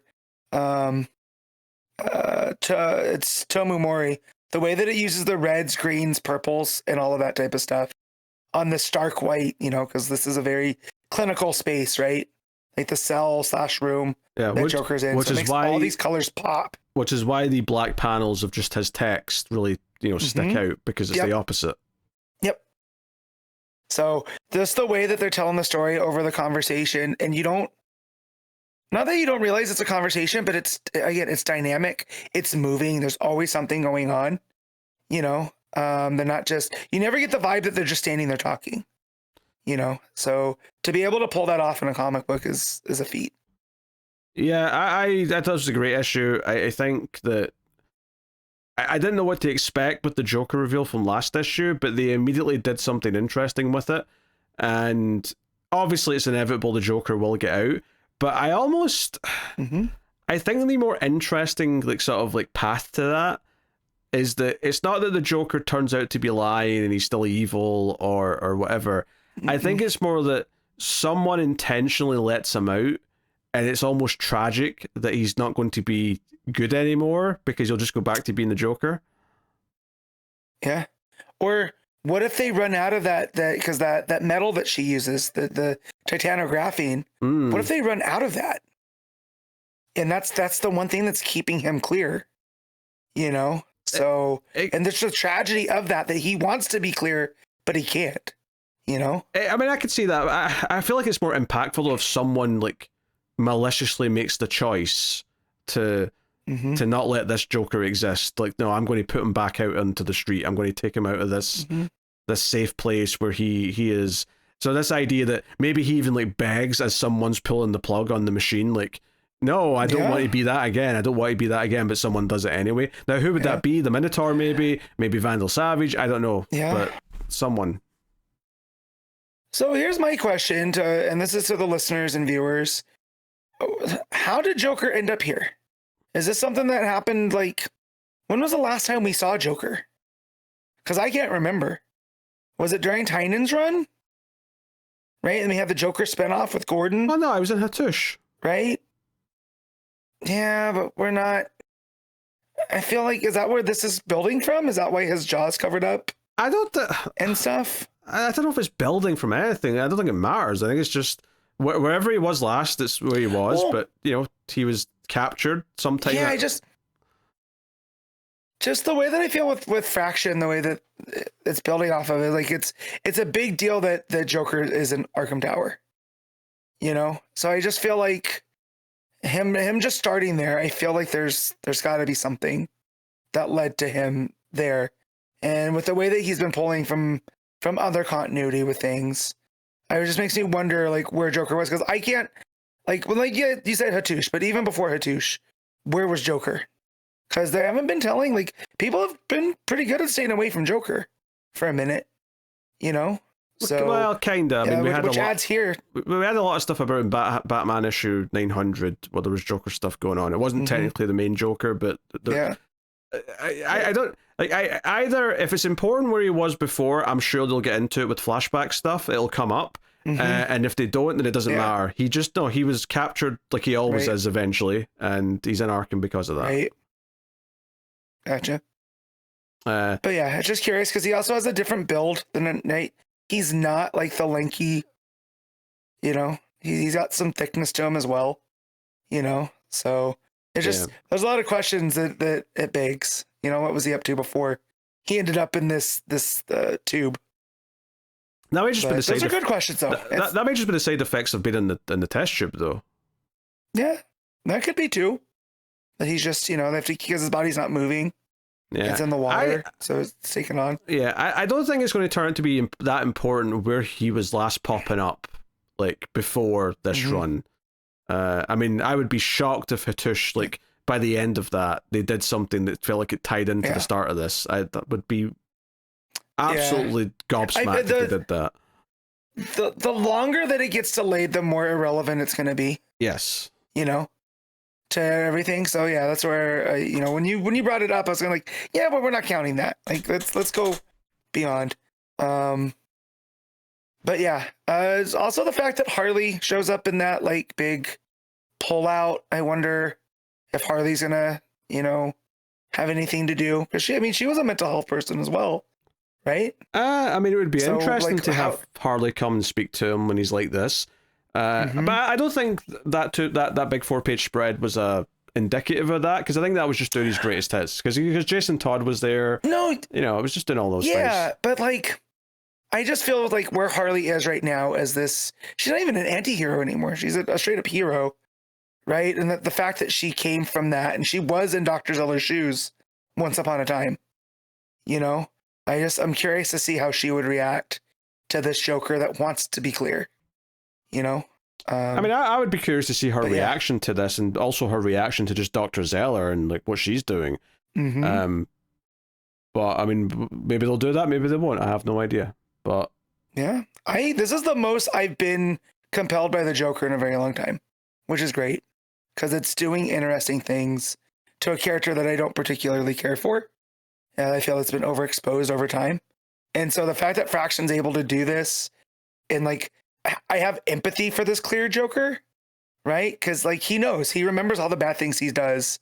And again, he has Zeller shut off the recording or the speakers, so he can talk to Bruce one-to-one. Like, it's a very human moment, So the fact that we're getting there and we're getting this different version as well, I feel like that's Fraction, doing what he does. For the record, I have not ruled out that he is still just up to something either. Like, I think. You think so? So you're like skeptical, sassy Bruce? Well, no, I'm not saying definitely not. I'm just saying it's absolutely a possibility. I mean, saying for sure that this is definitely at face value what he's saying right now. I think it's the most interesting direction to go in, but I don't think it's a guarantee that's the direction they are going in.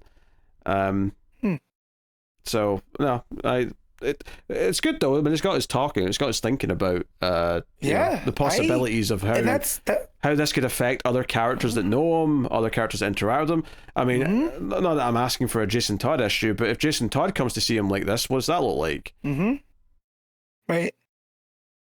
Right. Zeller will have to press the button immediately. She's like, kill switch. He's trying to kill him. Yeah. That I just thought about this because of the stupid fight month. That's the last time we saw Joker, is he was getting involved in the tournament with Lex and the other villains. So he was rolling around, but that counts even less than Hatush. That's like nothing. Right. It's like, that's all they're raised. Who gives a shit? No, I know, but I just didn't want someone to call it out. It was like, oh, you just talked about him in KO4. And I was like, yeah. But yeah, when you brought up Jason Todd, I was like, oh yeah, we did get a thing on them that we had to read that issue. So yeah. Anyways, this is great. This is the most I've been enjoying Batman in a very long time as the singular title, because there's other Bat books, right? But like the actual Batman title, I feel like this is the most I've enjoyed it in years at this point. Well, I mean, that's fair to say. I mean, we had Zdarsky, and a little bit of Hatush after that. There was a little Williamson thing in there. Yeah, it was probably was Tynion the last like good run? Maybe. Yeah, probably. Because did it go straight from Tynion to Zdarsky? I don't think so. I think Williamson in there. No, I think there was like a little like one issue arc from Williamson or something like that. Or something to that effect. I don't think it was like a 1-to-1, but it was like a little gap and then Zdarsky's run. Yeah. But yeah, so yeah, no, Fraction's doing I expect a Fraction with all of these twists and turns and the building up the characters and the stuff with seeing Gordon and Bullock and bringing back up the new bat signal as that little stuffed animal. I think that's a lot of fun as well. So yeah, because they set that up. Yeah, this is a good issue. Yeah, it's not out of nowhere. That's something they did establish. So fun little status quo stuff kind of popping up here or there, which is nice. So no. And honestly, the Batman-Zeller relationship is quite interesting, more so now, because we had obviously the date issue, which is maybe the best issue of the whole book. And then this, where she's a lot more obviously confrontational to Batman again. They're really setting up an interesting, love triangle may be a harsh, too strict a term, but you know what I mean. Yeah. So, no, interesting. What are you giving Batman, Matt? I'm going to give this a 9. Ooh. I think I agree. I think I agree with the 9. So sometimes you can have a entire book be just one conversation between two characters and it works. There's a couple of pages that build up at the start, which I do like because it builds up the suspense of, oh, where's he going? Because hell, even that's how Killing Joke kind of starts in a way, is him on his way to Arkham to go speak to the Joker, and then there's a twist, of course, that he's already left, but definitely, I mean, there'll be an accident that we get like him walking down the hall towards and all that, but yeah. Absolute Flash, issue 12, Jeff Lemire writing with Nick Robles on the R. And this ends year 1, according to the last page of this, of Absolute Flash, which I don't think means much on just it's the end of the second arc, and we've hit kind of a milestone in the story.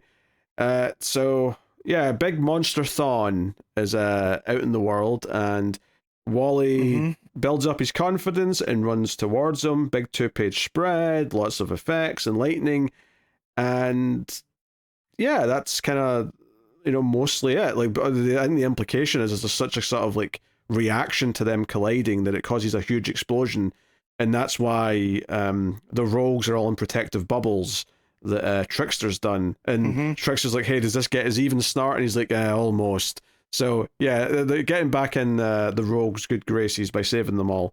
And you've also got Grodd getting after his father. You've got Wally being told he's done a good job, and basically Wally's dad's like saying sorry for bringing him here and all the rest of it. But Monster Thawne gets back up, knocks some rubble off of him and he starts yelling only one. And later on, actually says the line, there can only be one Wally. And I'm like, were you watching Highlander, Jeff, when you were writing this book? Like, what's happening here? With the lightning, and I was expecting a quickening, which... No, that's the origin of Flash, Matt, is they have a quickening and now they're quick forever. Yes, that makes sense. And that's why it's the Speed Force. That's why there can only be one. There's only one vessel. He's just running around like after the big collision and stuff. Like, just the idea that he's just this big monster that's trying to get away. For some reason, I found that funny. Yeah, because this book didn't end up being what I thought it was. Being called War of the Flashes. Yeah, Wally goes chasing him, right? Some 2-page layouts, lots of speed lines, all that kind of stuff. And obviously, the Monster Thawne looks a lot bigger than Wally does in that sort of side wide panel that you get in that 2-page layout. But yeah, the monster starts beating the shit out of Wally, smashing him into the ground, all that. But his father, Wally's father, has basically encouraged the rogues to go and help him. So they kind of work together. And again, Trickster's like, hey, okay, we're even now, okay? Because he's like on one of the boomerangs and he throws down the portal balls to try and open up a portal, and Wally's dad's like, I love you, but I need to make sure he can't come back, and he dives at Thawne and pushing him out of the portal along with himself. So he goes into the portal, into the still point, is that what they called it? The still point, and then the portal closes behind him. I love that this ends with the dad pushing the monster into the rift like it's an 80s monster movie. Which I, again, was not expecting with something called War of the Flashes, but there's something interesting that the Monster Thawne says when he says that I saw God, I saw him, he spoke to me in the darkness and said, I'm the Alpha and the Omega. And it's like, okay, so now this is a second reference that we have to Darkseid in the Absolute universe, right? Because we've gotten the one through Absolute Martian Manhunter. Yeah, the White Martian. Right? And the White with the Might, and now we have this Monster Thawne talking about seeing God, which I thought that was interesting. That he's the Alpha and the Omega. But all that power in just a regular military man's able to push him through the portal, which again I thought was endlessly funny. I think he was blasted with the cold gun and stuff, so he was maybe weakened slightly. But yeah, I mean, the old man pushes them through. And Wally's like, no, Dad, as the portal closes. And they're like, sorry, we can't open it again. We promised your dad. And he's like, hey, kid, maybe we can, go together. And he's like, no, leave me alone. I'm going to go and, I've had enough of this. I'm going to go find my dad. Gets a little emo. and speeds off. But the rogues are, kind of like, well, yeah, that's in the epilogue actually to get to that. But the rogues are basically like, hey, we just became free agents. We're just the rogues now. So it seems like they're going to be a freelance group of like a team that goes around doing whatever they do. I'm sure we'll see more of them in future arcs, but that's kind of fun because it feels like they've had a little origin story to get to that point, which is nice. Wally goes back to the halfway house. Dibneys. The Dibneys, yeah. So we'll probably see Linda again and some of those other supporting characters that we're setting up for a little bit. So I kind of like that he's going back there because I feel like a good place to kind of like give him his home base, if you will. So I like that. And then the second epilogue is just before you get to it, just Grodd and his dad. And Grodd's dad is like, no, all men bad. We must make all men pay. So Grodd's dad seemingly is a more vengeful ape and wants to kill everyone. Yeah, seems like what we think of as Gorilla Grodd, right? The one that doesn't trust humans. They're all bad, right? And this was heartbreaking because the way that little Grodd goes to get him, and that he takes over the brain of one of the guys and says, "Bad man, do you good?" So like he's not this blank slate. Like through his interactions with Wally and everything, he's learned to trust people, and Dad Grodd is just, it's heartbreaking when he says all men are bad. So I feel like it's setting that up. We're again going on with the dad issues. Yeah, but he's more sympathetic with some of these characters than regular Grodd because like we have reason to think, oh yeah, I get why he thinks this because he's been kept in a lab and experimented on for his whole life. Experiment. Yeah.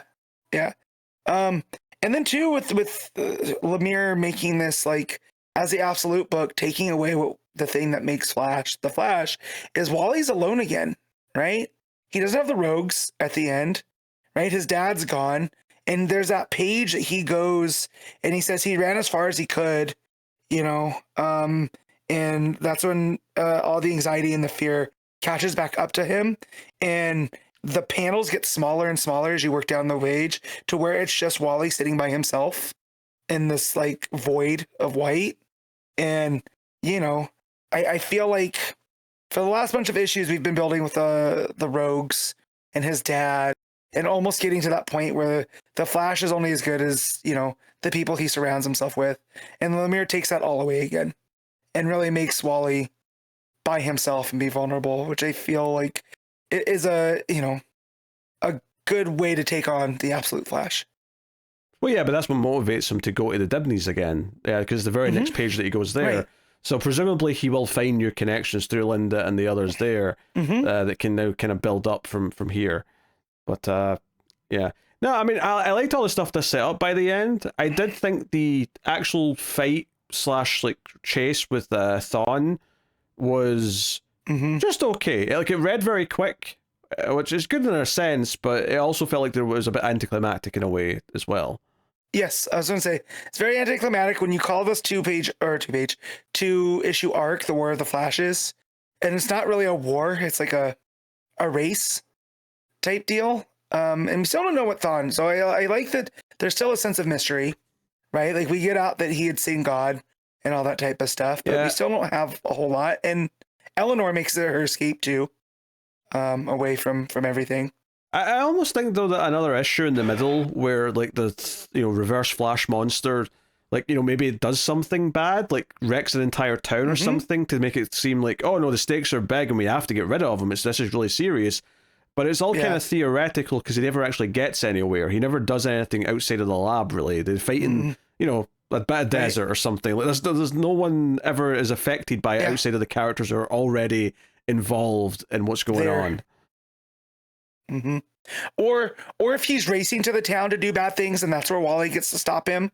It's like, this is my one shot to make a big impact, and that's where we have the big thing. A little bit of something like that would have been nice. Yeah. And it would have also built up to the whole idea of his dad thinking he has to sacrifice himself to like get rid of this monster. I think that would have paid off a bit better if it didn't feel as rushed to get to that point. Yeah, for sure. So, but I like the Rogues being kind of their own group now and not tied to anything. I like going back with the Dibneys. So there's good things to like here, and obviously the tease of maybe Daddy Grodd being more of a villain, and the drama that can come from that if young Grodd does, feel conflicted about that. There's a lot of potential there. But I think this issue, though, further solidified why this is the weakest Absolute book, is that there's still good things in it, but it definitely at times feels like it's almost like, I always quite say shooting itself in the foot, but just not living up to its own ideas sometimes. Yeah. It's a bit, again, I don't want to say disappointing, but it lacks some of the impact the other ones have by issue 12, right? Yeah. Like it still feels like it's searching for a bit of an identity. Like, versus all the other ones know what they are. If I'm comparing this to the other Absolute book this week, Superman, I think that did something where there's a monster. So not the exact same story, but there's a monster in that issue of Superman, and the establishing of how dangerous the monster is, how scary he is, and then kind of like the creative solution that Superman comes up with to deal with that monster, which further, in that case, solidifies the idea of Superman, is so good. And then this one, it just kind of feels like, he runs up to him, but then it's the dad and the rogues that kind of like take him out of the picture, and it's all just designed to make Wally sad again, because that's been kind of the thing we keep going back to, is Wally's sad. Yeah, it still feels like Wally's the supporting character in his own book sometimes. Yes. Yeah. Yeah. No, I get it. Which is not to say it's all, like, I still think it's fairly enjoyable to read, and it was a quick read. The art flows very well. So it's still pretty pleasant. It's just, it doesn't quite live up to what it could be versus the other Absolute books, I don't think. Yeah, absolutely. It's it still hits the flashpoints, and so like, not flashpoints, you know what I mean. It still hits the things that makes it feel like a fulfilling Flash book, like with Wally and the Rogues and all this other stuff. But it feels like it's just missing a little bit of something, but I'm not quite sure what that is, because I feel like it changes from issue to issue. It's like, again, Lemire, I don't feel like has a full grasp on what the book wants to be or what it should be. But yeah, I mean, I'm going to keep reading it, though. I need to know where it goes. I need to know where Wally's going to go, from here. Yeah, I don't want to be too negative on it, because it's still, like I say, it's still a decent, fun time to read. It's just... It's just, it's the one that often feels like more of an appetizer than a full course, which is what all the others do. Yeah,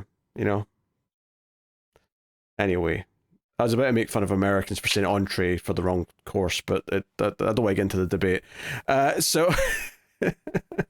because you're absolutely correct. Because entree means beginner. It does. Why do we have appetizers?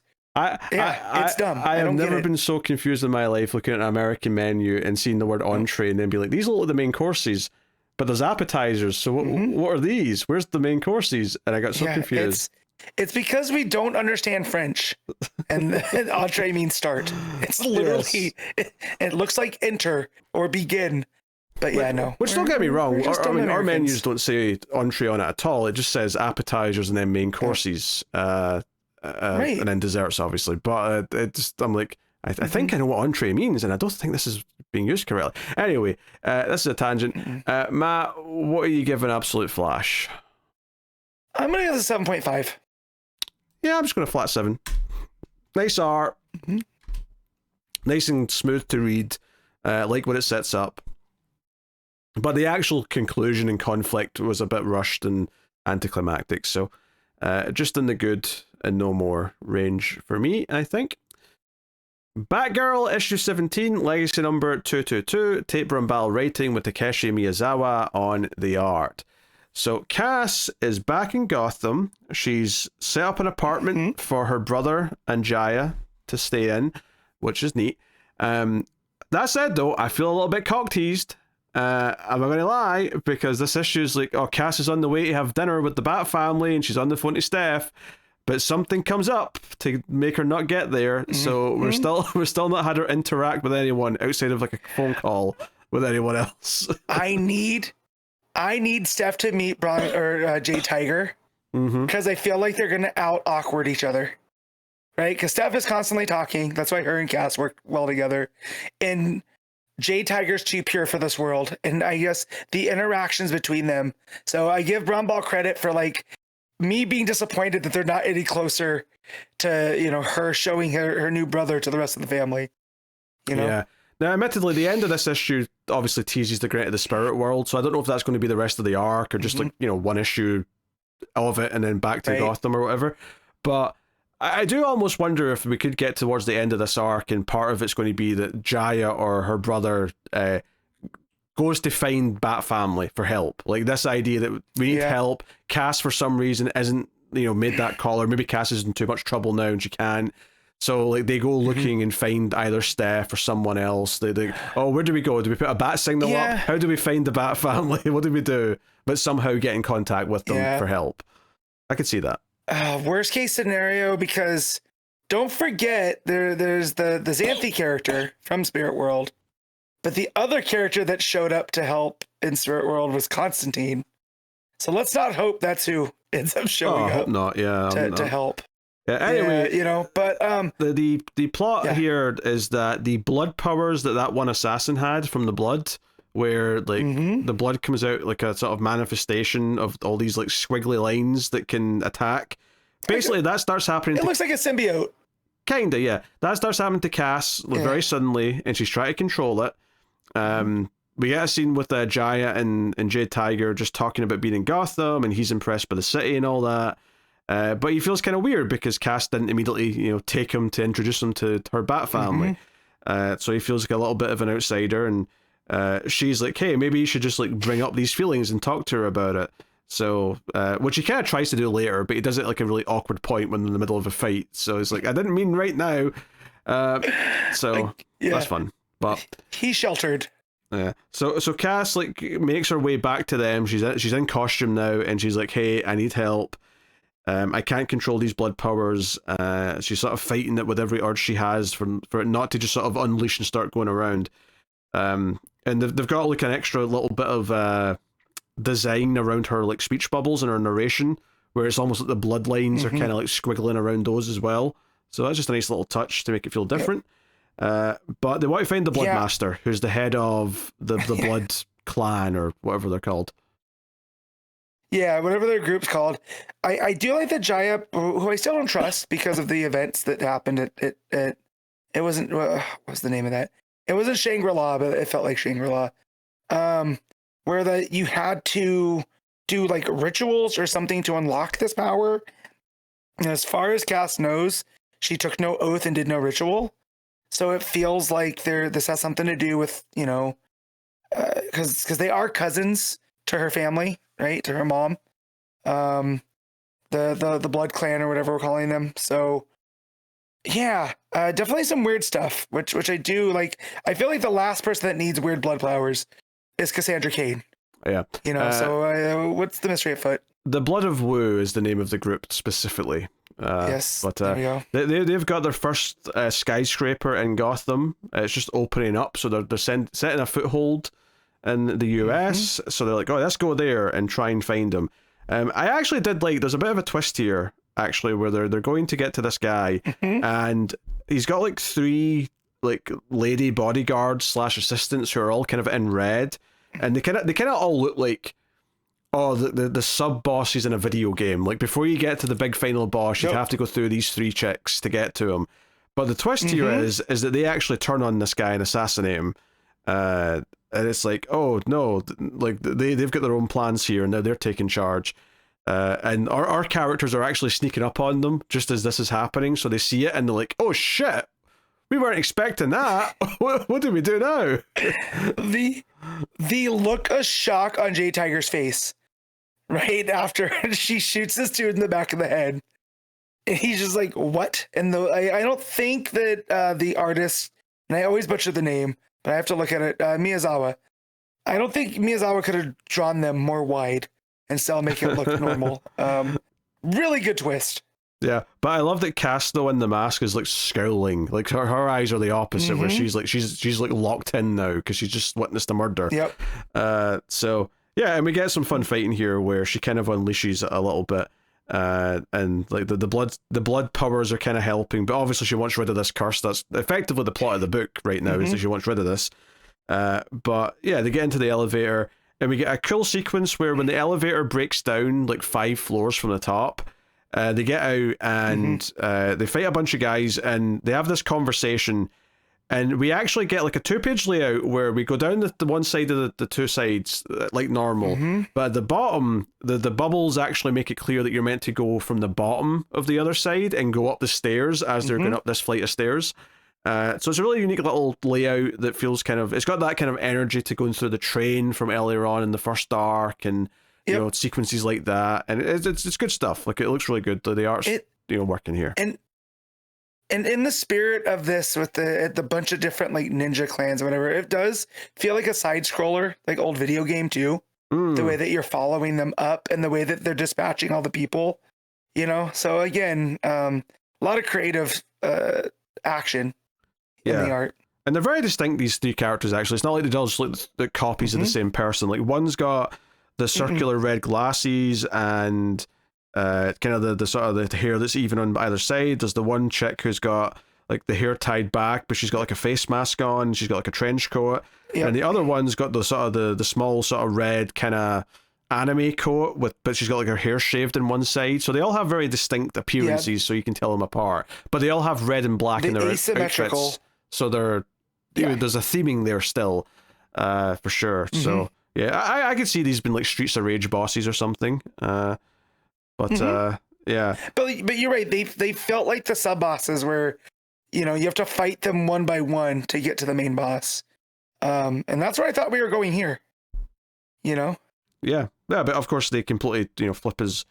But yeah, Cass in her head's like, oh yeah, I need to like embrace this blood for a bit and become the monster to fight back, which, you know, she does and kind of wins. And they're like, hey, are you okay, Cass? So Cass is a little bit angrier, and she sort of, you know, kicks down the door, and she's like, hey, Bloodmaster, I've got words for you. And yeah, he's like basically in like I don't know if he's in like a trance, but he's kind of like connected to the portal to the spirit world, and that's kind of the cliffhanger. It's like, oh, that's a portal to the spirit world. Are we going in there? And we might be. So, you know, what's this clan doing with the spirit world? We'll find out next time, I guess. Yeah. And the fact that they just shoot him in the back of the head to open the portal to the underworld, that is dark. That is like dark blood magic stuff. But I also like, again, Jay Tiger stealing the scenes where he's like, I don't think you're going to make it to that dinner. You know, I think as he sees this man with a portal coming out of the back of his head. It's interesting because, I mean, I guess I assumed he was dead until this last page, and I'm like, oh no, this was to open the portal. Okay. All right. We'll see how that works. Yeah. I will say, like, I'm a little bit worried that we're immediately going somewhere else after just getting back to Gotham, and I was like really enjoying just having like the fight sequences and like, you know, a building going upstairs because the art is really good at doing that. I was excited to see, you know, not only Cass like reunite with some of the Bat family members, but yeah, maybe introduce her brother to them, stuff like that.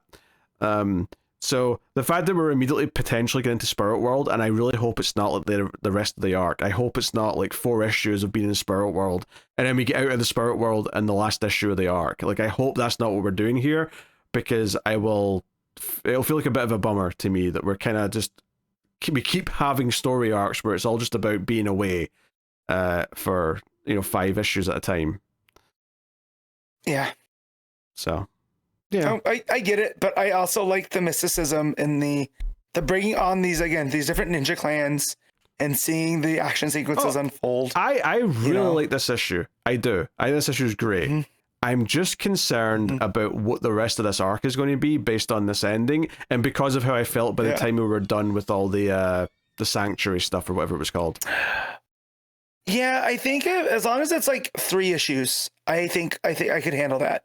And then we get the big, you know, for issue 20, we get the big return to Gotham, and she gets to inform Babs and Steph and the rest of the crew, the stuff that she's been through, you know.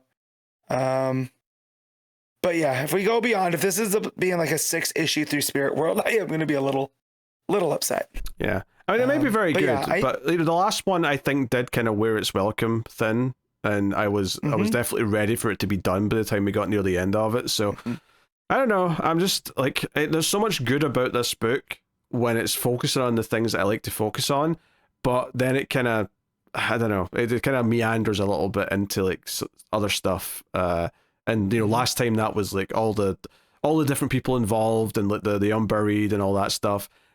Here it could be spirit world nonsense, but I'm hoping that I won't feel that way. But it's a concern just based on what we're doing next. So we'll see. But no, but the art was fantastic though. Like I say, that stairwell 2-page layout was fantastic. All the fighting looks really good. The facial expressions are great. There's not a lot to ding there in terms of the art. So cool. What are you giving Batgirl, Matt? I'm gonna give this an 8. I too am going to give it an 8 out of 10. I think that is the correct score. All right. Poison Ivy issue 42. WIllow Wilson writing with Marcio Takara back on the art. So this is a U-book, Matt. Take it away. Yep. So the last, I had to go back because where this starts off, Pam's already won the mayorship. So I had to go back to the last month's issue, and I'm like, did I miss something? And no, we're doing a time jump here. So the last issue ended with her and having Great White that she had met in jail.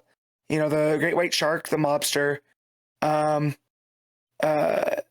declaring that she's going to run for mayor. And when this picks up, Pam is already mayor, and she is having a meeting with the police commissioner, Vandal Savage. And Savage is like, I know that I mean no disrespect, Madam Mayor, right? And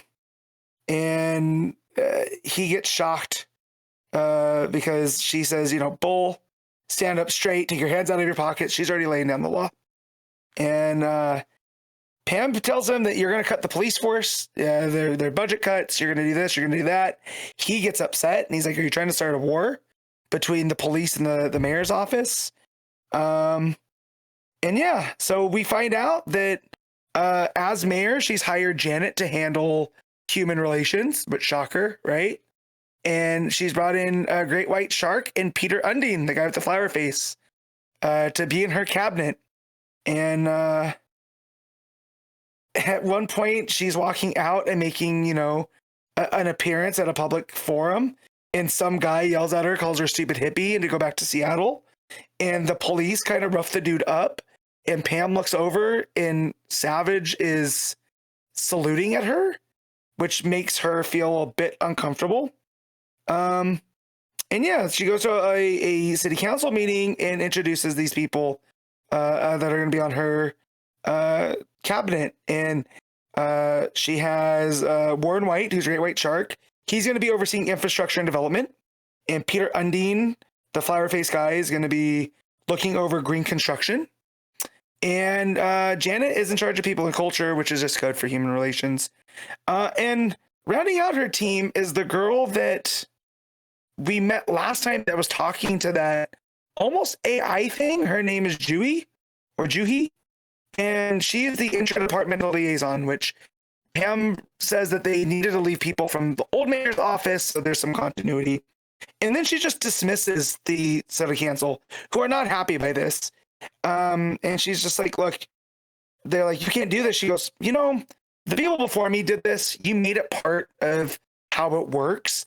So now we're going to do it like we always have. And so you can go. Which I feel is Wilson talking about current things going on in this country with decorum and the way things used to run. And if that's the way we're going to do it, you break the device. Now you have to use it broken. And in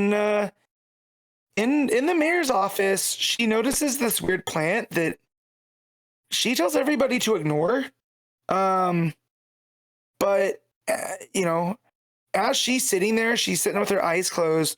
When she opens them, Xylon, the entity from the gray, shows up and essentially tells Pam that because she killed the Bog Venus and Janet ate her, which was to save Janet, she's created an imbalance between the different kingdoms. And as they're talking, there's this big boom, and Juhi comes in, and come to find out that she's a magic user. And she can see Xylon. And she fired like this bolt of energy, and he leaves, and I'm assuming he's laughing because the text, when he talks, it's not in a bubble, it's just on the page. And it says her, which HURR, which I'm assuming is like a laugh.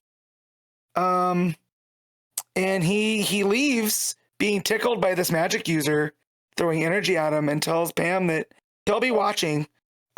He's like, your task is great, but I see you have help. And Juhi's like, what was that? And Pam explains that it's Xylon. And Juhi explains that, yeah, no, she does magic. She had a good teacher. And I feel like this is a tell, and I haven't figured out who it's supposed to be. But it says she's trapped in a nightmare at the moment, but she's one of the best. Janet comes in. You can tell there's tension between the two of them, between Juhi and Janet. And Pam is like, yeah, I don't know what I got myself into. She looks completely like over having to be mayor already. And it didn't last long. She's like, no, right? And she's like, Janet's like, I want to help. And she's like, I don't want to, she asks if somebody hurt her, and Pam's like, no, I hurt somebody else.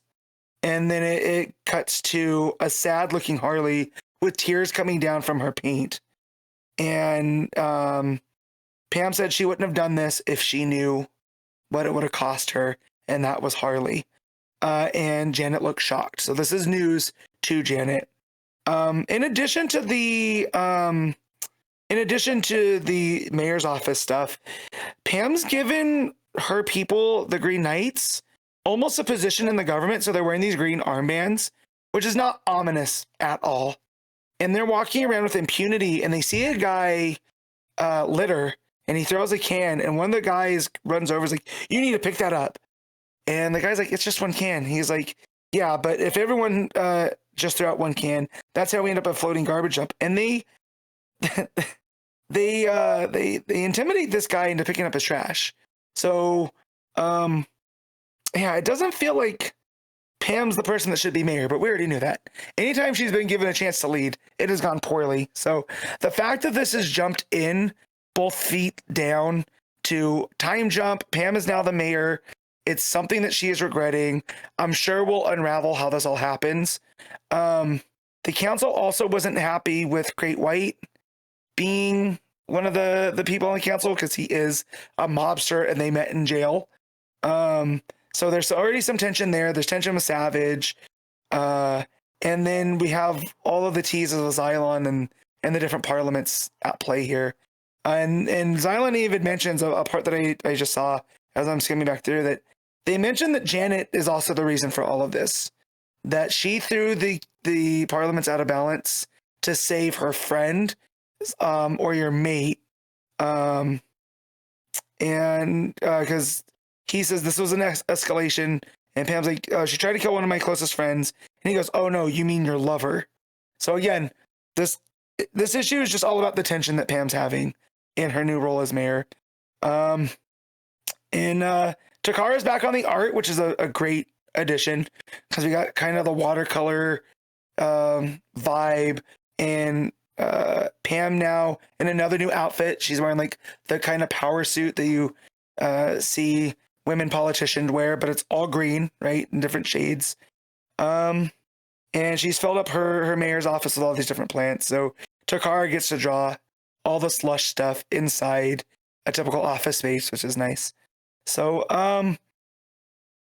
yeah, pretty good issue. I just am wondering this whole mayor thing. I know there's something building in the Gotham books with her as mayor from looking at the solicits.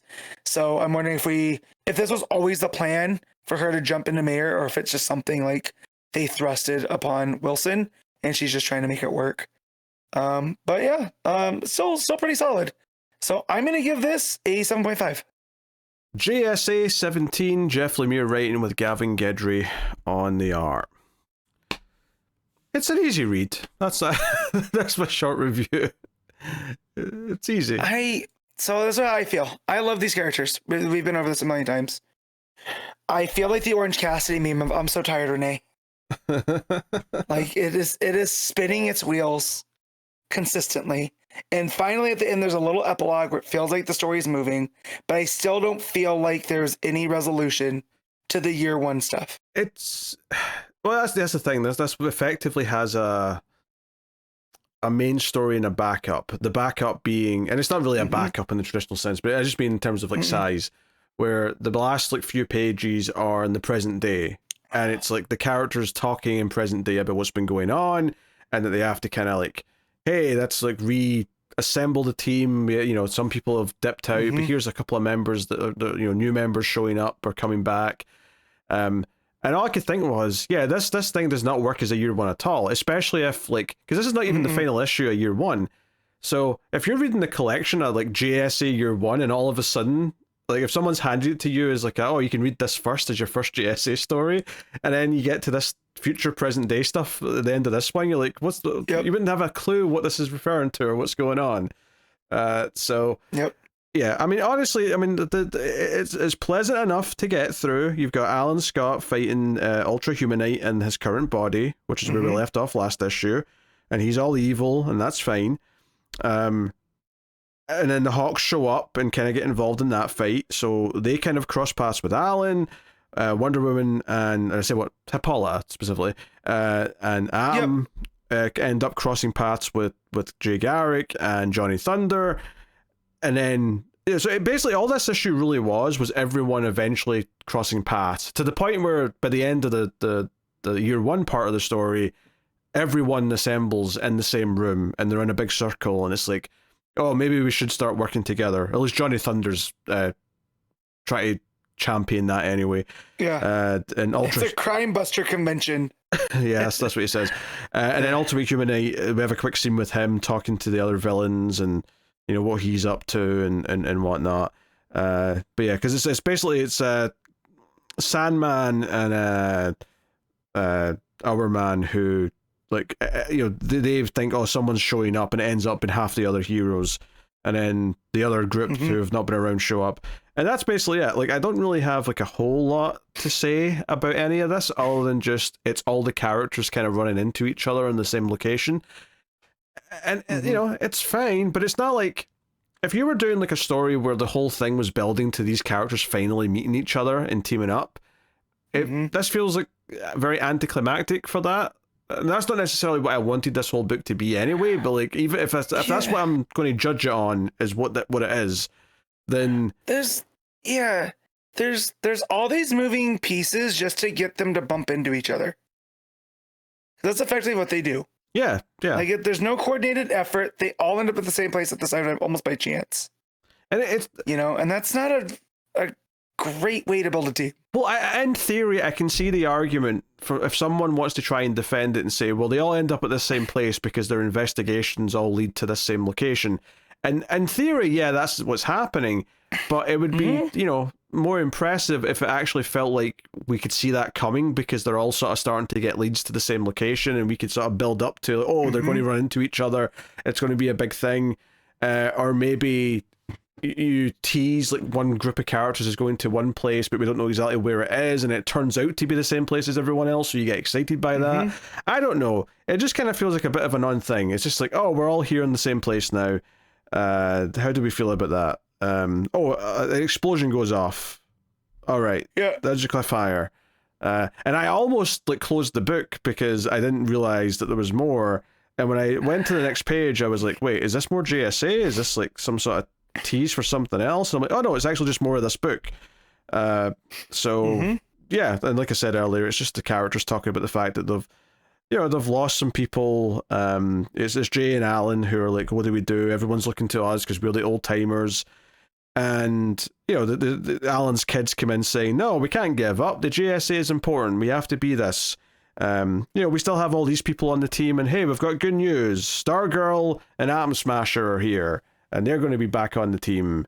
And yeah, and what's so weird is that this actually has its own, because this is why I thought the book was over before, is that the explosion page at the end of the year one section it does just have like the credits at the bottom, like, oh, that's the end. Like, oh, this is chapter 5 of year 1. Next month we're doing this. But then there's this few extra pages, so there's 4 extra pages at the end. I mean, I say extra, I don't mean they're literally extra. I'm sure the main story was just shorter than normal. Short. But, you know, this has its own title. It says, The Search for the Spectre, Prelude, Part 1. So we're getting kind of like this little search, we're getting like a prelude to the next arc as a backup in the last few issues of year 1. Okay, just a bit weird. It's definitely weird because it even teases the Spectre in the next issue, but then this is the search for Spectre. Yes. So like, yeah, tipping the hand a bit. Also didn't sink in with me when Jay says that he was born in 1918. And I was like, oh man, this dude's like in modern times, he's 100 and like, what, 6? Hold on. I'm bad at math, guys. 108 years old. So, like, as much as I love these characters, do we need them in modern day? Like, I get Flash and whatever, but now I just feel like as we're getting closer to 100 years post them being around, I don't know. They feel kind of like they don't have a place. Well, you know, I mean, that's just relevant to like how good their stories are, and like them being like unnaturally old has been a thing for decades and decades at this point. So you know, they were already like, they shouldn't have existed in present day working in the 90s, but they were, and it's just always been this kind of, you know, comic book sci-fi, like they're aging slower for reasons or whatever. So well, we're just getting to the point now that they're all people out of time, right? So yeah, I don't know. It's weird when they pointed that out. You know, like they didn't have to say that. You don't have to make it, you know, you don't have to put a spotlight on that type of stuff, but Lemire chose to. Well, you kind of do, because their backstory is still tied to World War II. Like, they still existed during that war, and they've already referenced that throughout this entire run up until this point. Right, but do you need to put a date on it like that, where he's like, oh, I was born in 1918. He could have just said, you know, I've been around a while. You know what I mean? I don't know. There's just a weird thing with the date and him being 108 years old and running around and just like... Yeah, but if you stopped and thought about it, it would just work out about the same. You may not know the exact number, but you'd be like, well, if he was already an adult in World War II, then... Yeah. No, there's that. And with the way that this epilogue ends with them talking about like these new members, it feels like Infinity Inc. And they've done this before. You know, and at the end of the day, I really want just good JSA stories. That's a fair critique, is that this just feels like they're doing things they've done before. That's like... I want there to be a place for the JSA, and maybe it is just all the younger generation. Maybe you don't have the older generation there anymore, but I'm cool with them being there.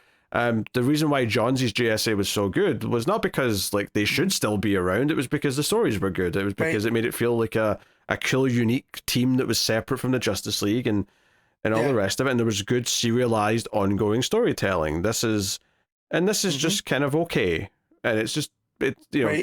And okay is the better part of the book, because the first arc was a little bit less than okay. It went from mediocre to okay. I'm running out of steam again. Yeah. Well, because that's been the range. It's been mediocre, and then it went up a bit to okay, and we've been kind of just staying at okay since. But it's not done anything at all to elevate out of that, because the story structure of this arc, while it's not as frustrating as the first arc, it still feels like, we were jumping around too many characters, and it feels like there was no time to do anything intricate with it, so it's just a case of them all bumping into each other eventually, and that's kind of it. So, I mean, that's mostly, I mean, obviously, I like that Stargirl and Atom Smasher are back in the book. I mean, that's cool, but at the same time, like, there was so many characters and it was jumping around so much that if you'd asked me, like, have they been in this book already since Lemire started his JSA book? I don't know if I would have been sure. I'd have probably had to sit and think about it. I was like, well, have they been around? Were they at all in that first arc? And they weren't, but like, it wasn't obvious, because it's not like everything with every other character was that memorable anyway, so they could have been, and I just forgot about it. Right? No, absolutely. Like, at no point was I wondering, hey, where's Stargirl or Atom Smasher at and all this? You know? That said, I am wondering where Starman is in the year one story, because he seems like a pretty big deal and it is Starco that blows up at the end. Maybe right? he'll be a big reveal for the final part, or I don't know. They'll say that he didn't show up till later or something. I have no idea. Yeah, because and like with Atom Smasher being there, you have the original Atom, which is his uncle, I believe. Right. So having some kind of equivalency there and a reminder too, instead of having them just pop up. That said, in some of the positives, the dynamic between Hawkman and the Atom cracked me up because Carter's just yelling at him and calling him short. And Hippolyta's like, I think it's Hippolyta at least, is like, all right, boys, we both get it. You both have muscles. And then I know Hawkwoman goes, yeah, and you're twice the size. Let's chill. So I thought that was a fun little moment inside. So there are little bright spots. I just wish I cared about what was going on in the story. Yeah, Lemire clearly understands who the characters are. I just don't think the stories are that compelling. Mm-hmm. And it feels like it's, I do think that maybe deciding which, maybe core 3 or 4 characters to focus on, like have the other characters be around, like have them be like there in the background in the ensemble or what. But he really should have decided like which 3 or 4 are his main characters for both this arc and the last arc. Like, who are you focusing on this time, and make it be their story, so we can spend more time with them and make it a bit more intricate. I feel like this making everyone evenly like important is just making everyone feel not important constantly. Right. So it's it's fine. It's okay, but it's a nothing burger ultimately, which is a shame. It's a shame. Yep. All right, what are you giving JSA 17? I'm gonna give this I'll give it a 7. Yeah, I'm going with a 6. I think it's just okay. Like that's where I'm at with it.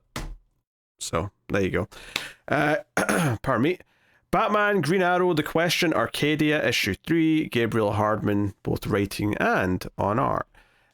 So I had fun with this issue. It's a pretty good action issue, and that is heavily kind of elevated by the art, which is phenomenal, right? Gabriel Hardman, great artist, very moody, lots of inks, and all of the action sequences. It's almost like a lot of the backstory and build-up was a bit more convoluted, but this issue got to benefit of just being like, no, right from the get-go, the bad guys are like... are killing these innocent workers. We have to intervene and try and help them. And it leads to this whole chase where they get some of them into a plane, and the plane's shot down, and the crashes in the snow, and all the rest of it. So you've got Oliver running, shooting arrows, you've got Question driving a truck, you've got Batman doing his thing and swooping around. The truck has to drive onto the back of the plane. It's just all action sequence stuff, but it's all very well drawn action sequence stuff, and it flows incredibly. Well, there's that, and then just the context that they're stuck on this island off of Greenland, right? And they're very isolated, so that cranks up the danger, and just like these essentially, I don't want to call them slaves, right? But that's essentially what they are. All these workers aren't allowed to leave. And the idea that the security, as they're rising up, are just going to start firing into the crowd, right? It ramps everything up in a very good way. To set off on then this action sequence with the plane as they're getting away, and you're invested in all of that. And then, as they start shooting at the plane, and I think 2 of the 3 heroes are in there, right? Green Arrow and Question are in the plane, and Batman's taking up the rear. Yeah. So, it builds to a great, like the action sequence ends, and then that's when it gets really, I don't want to say talky, but the plot points start coming out, and then the why the book was structured this way starts to click. Yeah, I think it sets up some simple stuff, which is Batman's jamming their comms so that they don't know they're not able to talk to each other whilst they're staging an escape. But as we find out, though, only like a quarter of the workers got onto that plane, so there's still a lot of workers left back in the camps, and it's like, okay, what do we do for them? And Oliver and Batman get into a bit of a fight because Oliver's like, why don't you just turn off the jamming thing? Like you're the one that turned that on in the first place from the Batwing. And he's like, I can't, but don't worry, it's part of the plan. And Oliver's like, oh, you've got a plan. Well, why don't you tell us about what the plan is then? You say you've got all these things figured out, then inform us. So they get kind of, and Oliver ends up punching Batman at one point. So well, and they end up getting into an actual fight, not like a superhero fight, but Oliver rips the cowl off, and they're just two dudes duking it out. Well, yeah, because and that's what Batman says. Don't call me Bruce when I'm wearing this, and Oliver gets pissy and tries to rip it off and says, "Look, it's Bruce Wayne, it's Bruce Wayne, everyone." Yeah, he's basically doing. And mind you, they're doing this on the outside. He's doing a Dodson. We got Dodson. Yes. Except, see, nobody cares. Although the people will care in this case, though. If any of the casuals hear this, they're going to care. But right. And also Bruce makes it personal by bringing up the Longbow Hunter stuff, like what happened to Dinah, and Ollie's pissed. But I like the way that the way that the three stories started with Question following the workers, and then Oliver following like the company, and then Bruce accompanying the company. Right, we get to see how differently they're all reacting to the events on here, and the fact that Bruce is going to jam the signal because this guy knows that he's Batman, the guy that's running this. Yes, and he doesn't want that to get out. But that's not only the reason. I'm sure Batman does have a plan, but Ollie, in the way that he's been following the story, is just like, no, you're just like them. You're not, you're not part of the struggle. You're a rich billionaire guy. I gave all that up, and I've been fighting the people. And meanwhile, the Question is actually on the ground with these people as an investigative reporter, even though he keeps trying to separate himself from it. So the way that Hardman has them dance around all the same things and interchange, I thought was really smart. Yeah, the action stuff takes up 2/3 almost of the issue. It keeps cutting back to it, and some of it's just gorgeous with the plane trying to take off and then crashing and so on. But you got the villain who's not dead. The assassination attempt last issue did not succeed, and he's especially vicious now, where he's basically saying, "Hey, we will not be trying to deal with traitors." He's basically getting to the point where he's like, "Oh, we're just going to kill everyone. We're just going to start again because all these people can't be trusted." So he is an absolute terror mode. He's also that Batman. He should be working for us. He should be understanding why we're doing what we're doing. So now we have to kill him. So everything's falling apart from a diplomatic level for sure, and the villains feel especially villainous now. So.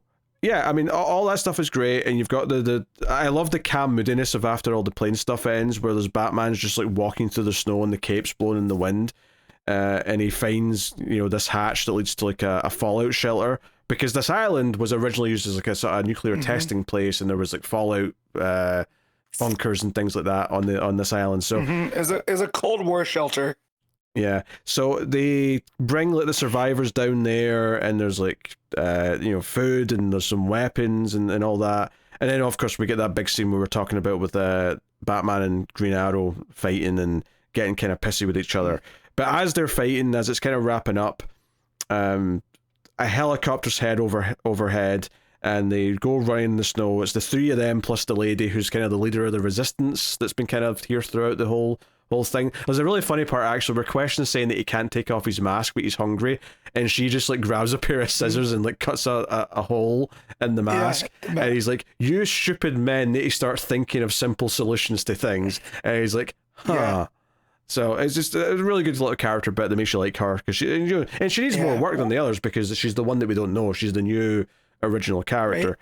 Right. But yeah, the issue ends with them seeing that no, the bad guy's forces, his military, have found the plane, and they've got tons of weapons and trucks and soldiers, and there's going to be a bit of a... So we're probably going to start next issue with another big action sequence of the heroes trying to defend the workers that they've so far saved, with all those weapons in the bunker and whatnot. So I think it's turned into what is actually just a really cool action movie starring Batman, Green Arrow, and Question, is how I'd put it.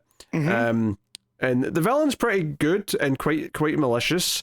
I think there was a little bit of a convoluted build with having them all separate at first, and I think I did critique last issue, as much as I liked it, that Batman felt a little bit stupid for how much he wasn't just assuming all the bad stuff was happening, and it wasn't until they started just marching the workers out and like threatening to kill them, where he's like, all right, this is kind of a concentration camp, I really should be in Batman mode right now, and here he is the whole time. So that's that. Well, yeah, and it's the fact that when Bruce puts together, when he says, I gotta know what Arcadia is, and Ollie's like, well, enlighten us. He goes, oh, it's a scam. All the stuff that they've been doing, blah, blah, blah, blah, blah. And Ollie's like, yeah, thanks for joining us. We could tell everybody if you weren't jamming the signal, but it's just the fact that, like, it's almost like Bruce had to come and see it for himself because it was almost too good to be true. Like, this guy was trying to solve the climate issue by creating this new way to live and all this other stuff. But no, it's just what these big businesses always do. It's just human exploitation, which again is what someone at this type of Green Arrow, right? The Longbow Hunter era, the grim and gritty, that's the type of stuff he was constantly fighting. So of course that's what he was seeing. But to make Batman kind of the optimist, which is like a weird spot for him to be, because he's usually the cynic and that type of stuff, I thought was a fun twist on the dynamic. And he's like, yeah, no, man, you're too close to this, man. You dress up like a bat. I'm in the, I'm on the ground. I'm fighting all this stuff. This is what I see on an everyday basis. And to make the difference between Oliver Queen and Bruce Wayne in that, I thought was cool. Yeah. I probably thought this was the best of the 3 issues, actually. It felt the most focused and the most streamlined. They did a good job with the resistance leader. Her characterization felt quite distinct, and it felt like she stuck out, despite the fact that she's up against these more well-known characters. And there was a little bit of comedy coming from like her interaction with them. And then, yeah, all the action just looked so good. Like that was like a big part of this issue, was just making it feel like we're on a big thing, and we're trying to save all these people, and we're trying to get off the island, but we cannot. And we're kind of trapped here with them, and they've got all this military force and whatnot. So how do we deal with that? I suspect that we'll see a lot of that play out, because I think next issue is the last issue, right? It was a 4-issue series. So I'm curious to see what the finale is to all of it. But I had a good time. Good time. Art really elevating it. Like, story's good, not great, but the art is great, and that really brings it up. The Hardman style with the heavy shadows and the sketchiness to it all, against the stark white of the snow on this desolate island up in the north, it really is working for it. And even like Green Arrow, who you'd think with the green, that's all dark as well. Like, it's not like his green's popping on the snow, so like there's this like layer of, like, I don't want to say shadow, but that's how it feels. Like there's this like murkiness laying all over everything, and it feels like Hardman's the perfect person for that. Yeah. All right. What are you giving Arcadia issue 3? I mean, this is an 8.5. I think I agree with that. I'm giving you a lot of the same scores as you are.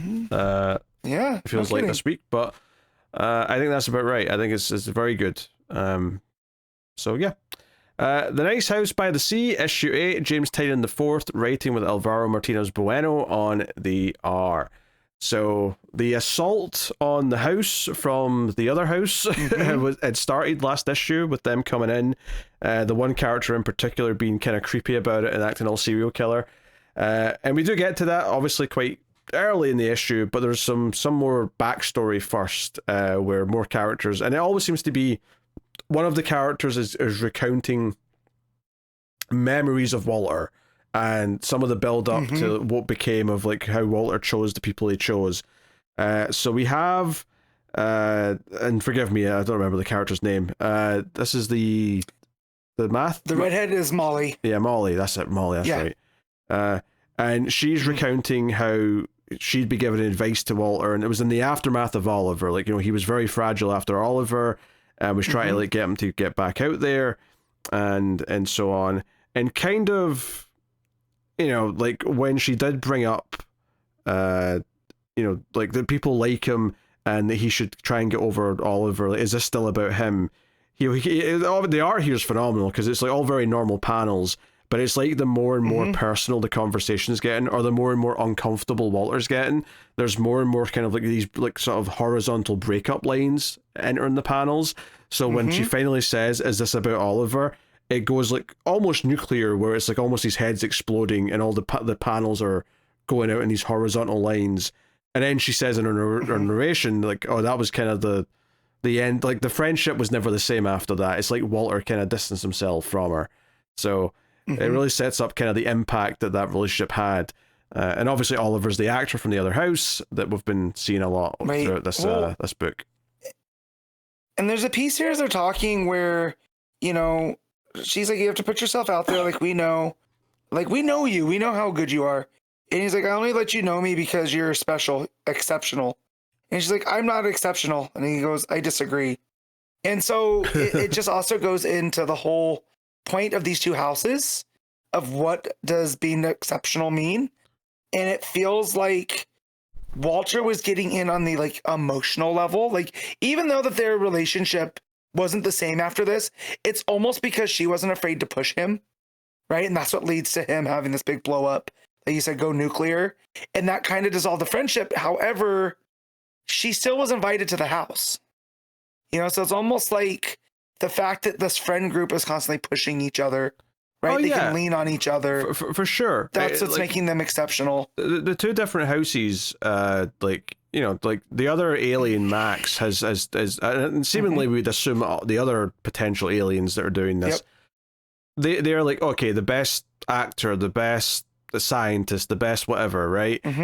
Whereas Walter seemingly has maybe like figured something out, or at least feels something different to all the other aliens, and that he has picked people who all care about each other, and that will be their strength as to how they might survive in a way that these other houses wouldn't. And that's maybe the humanity of it coming through. So I'm excited to see like more and more they touch on that as it goes. But I think that's absolutely what they're setting up. But we get back to the house, and the characters are, you know, jumped. You know, one woman jumps out with the crowbar, whatever it is. You get the one creepy guy who'd already started monologuing in the library, and that's the woman who like runs for the room with all the guns. So she's like going to like protect herself. The armory. Yeah.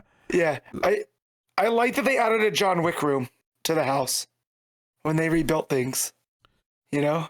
Yeah, which I don't think is a surprise. I think we saw this before, like when they first put it in. Did I want to we? say. I think at the very least, like I think this man. character had been using guns or had been like training with them or something. Yeah. So the gun and stuff I got. Yeah. Having the whole John Wick hidden room where she pulls a secret entrance thing, you know, and it opens up and she goes in there.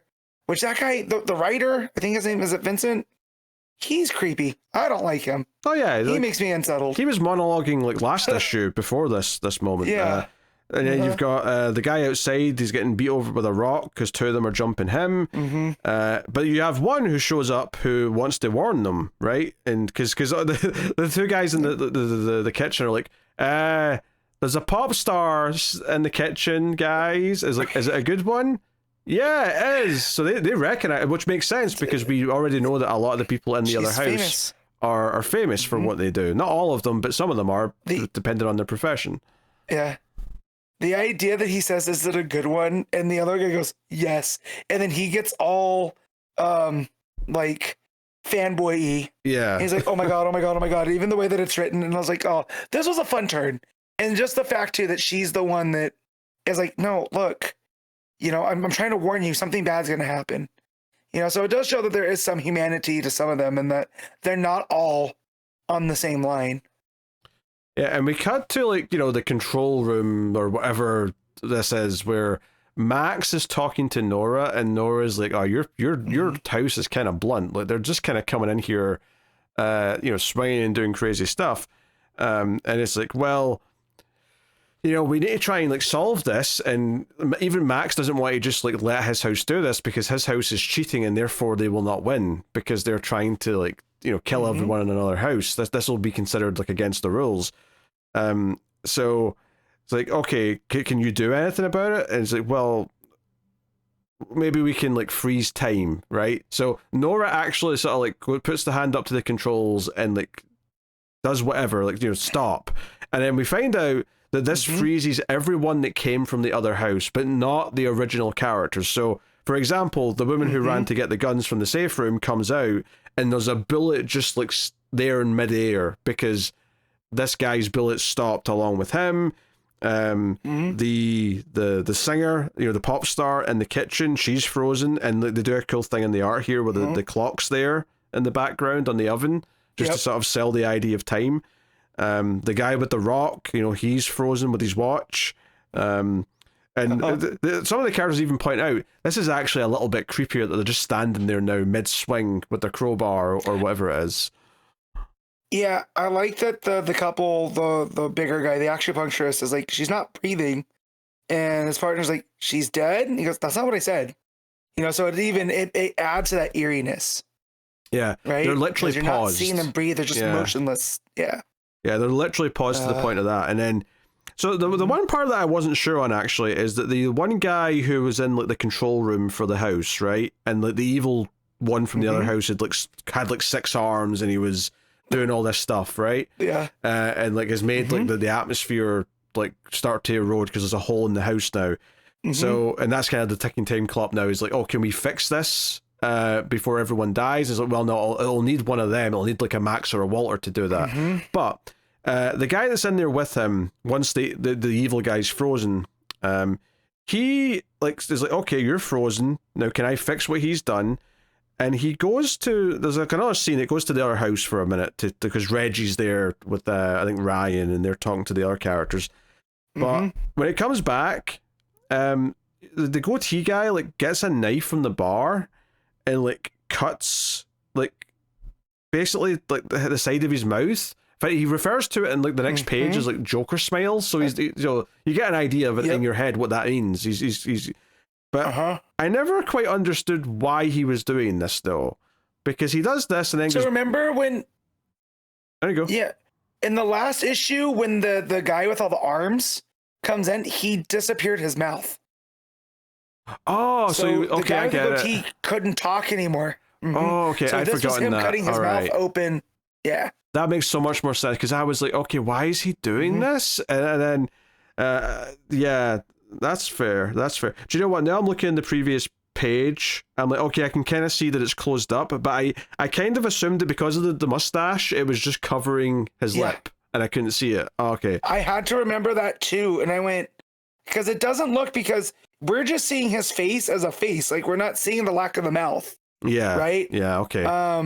And so I was like, oh, and then it clicked that the first thing that guy did was shut his mouth so he couldn't warn the rest of the house. That's right. So because remember, he was doing the radio show. That's something that will not be an issue when you're reading this in collected form. This is just having a month between issues. I just forgot that. So that's on me. But yeah, so he basically does that. And then he's like, okay, I'm going mad. I've got Joker lips. Let's try and save this place. So he starts like, tinkering with the controls. And I think that's when Nora's saying, can he fix this? Can he like solve the fact that they're all going to run out of oxygen in like 20 hours? And she's like, no, that'll take either me or Walter to step in. So yeah. And they basically say it's because that other guy, the evil guy who did this in the first place, was so good at it. He's like, no, he ripped open a hole in a way that can't just be fixed with the controls. Yeah. So, yeah. I took it as like, you can like punch a hole in the wall, but it takes like a craftsman in order to patch that hole to make it look like there was never anything there. Yeah. So it really drives the thing. Like they might think that they're in control, but they're still not. They're only on still a very superficial level that they think, but because they're led to believe they're these exceptional people, they have this ego with it all, and they're to quote Dr. Malcolm from Jurassic Park, is like they're wielding this power like a kid who found their dad's gun. There's nothing else to it. Yeah, and like Walter, his absence is like making like Nora and Max like, oh, is Walter anywhere here? And Max is like, I don't sense him here. Now, whether that means in the house, by the lake, or it means in this like in between place that they're in right now with all this controls and stuff, I'm not sure. But obviously, we're thinking he's the dog, and it seems like Oliver's kind of noticed that Walter's probably that dog. Because Reggie's like, hey, maybe I can get, because they talk to some of the other characters who were left here, and they're not all evil. Like some of these are like, oh god, they've went over there to try and kill all your people. We have to go and try and stop them. Yeah. And even Reg notices that the one lady that came up, she goes, so you're like a governor or something. So he immediately recognizes her as a politician, and so she's almost like the representative of like, yeah, we're not all like them. They've let this get to them. So I did like that too. So because what Nora and Max are talking about is it seems like they're going to have to merge the houses, but there can still only be 10 to make up for this big boo-boo. You know? And so it almost seems like now we're going to make a case for, you know, now it starts to get like Survivor and we have to start voting people out. And that makes it much more stomach churning than a lot of the stuff that we've seen. Yeah, it makes me wonder if those like future glimpses, and we get, obviously that was the start of this issue as well, was this like post-apocalyptic looking version of where the house is. I wonder if that's the people who have been left behind and not let into the new merged house or something like that. Maybe? I don't know. Oh, that just made my stomach drop because those are characters we all like.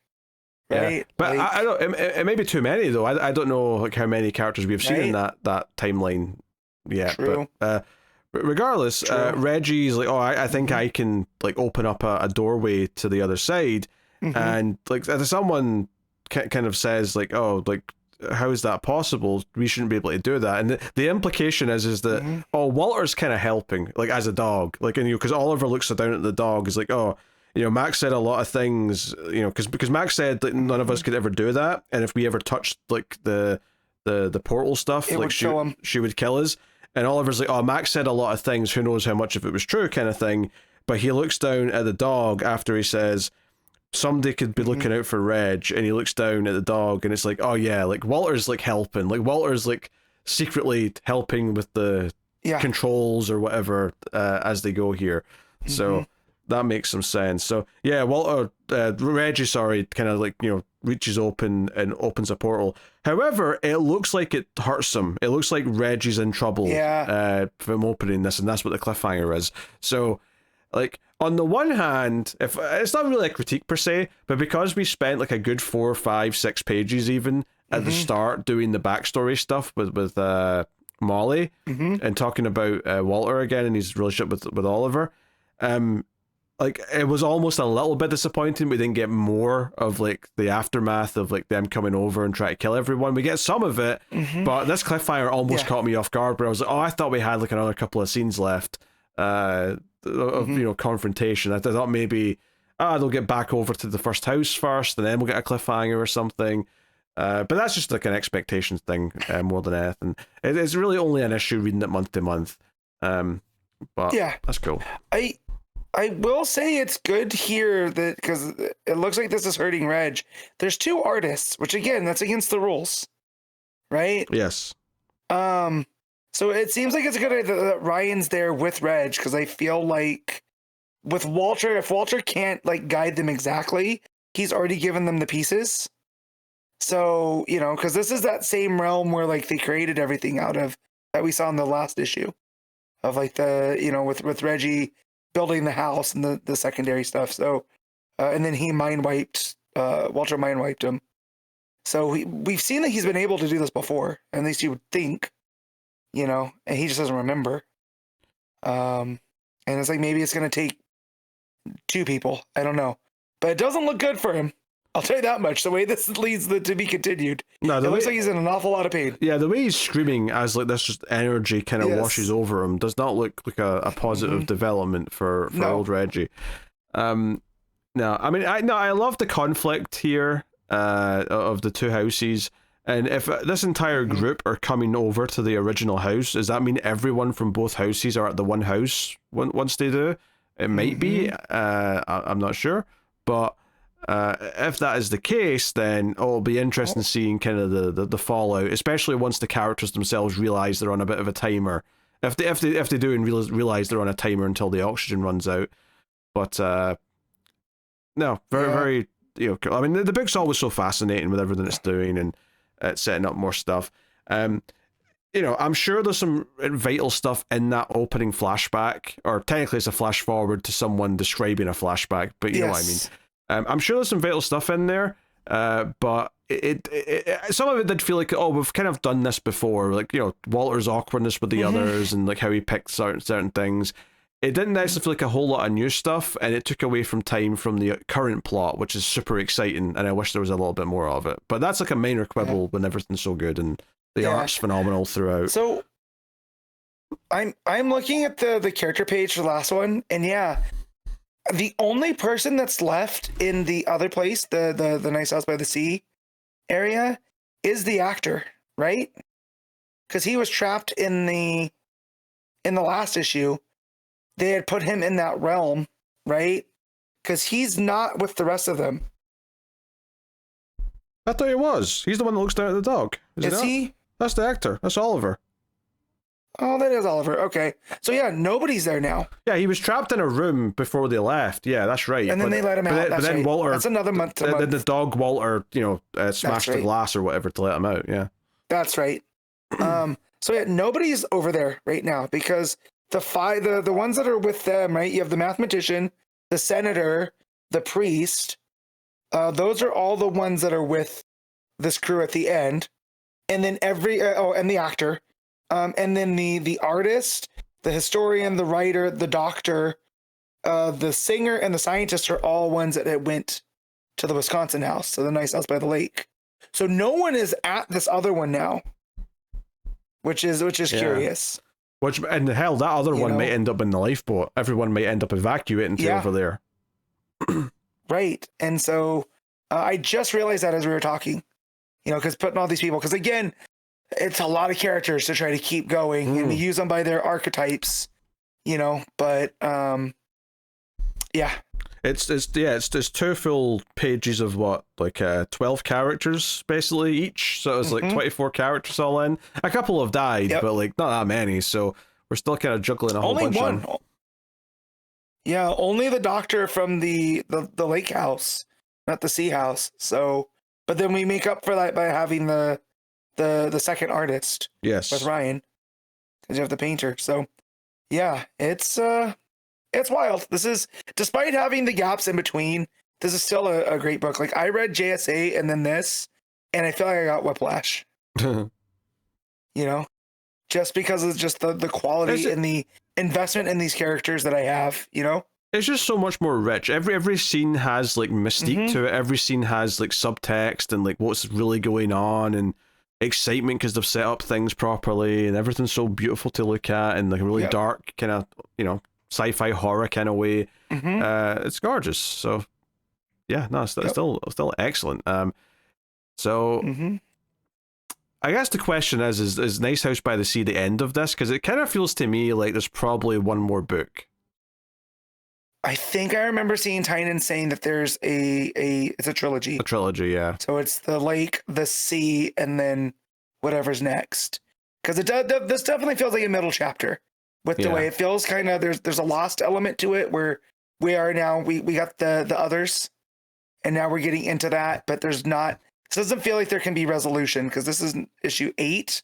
So if it's 12 like the other one, I don't feel 4 issues is going to be enough to get a full resolution to the entire it feels like there's going to be one more 12-issue book after this one, would be my guess. So, yeah, we'll see you in 2030 by the time this finishes. Yeah.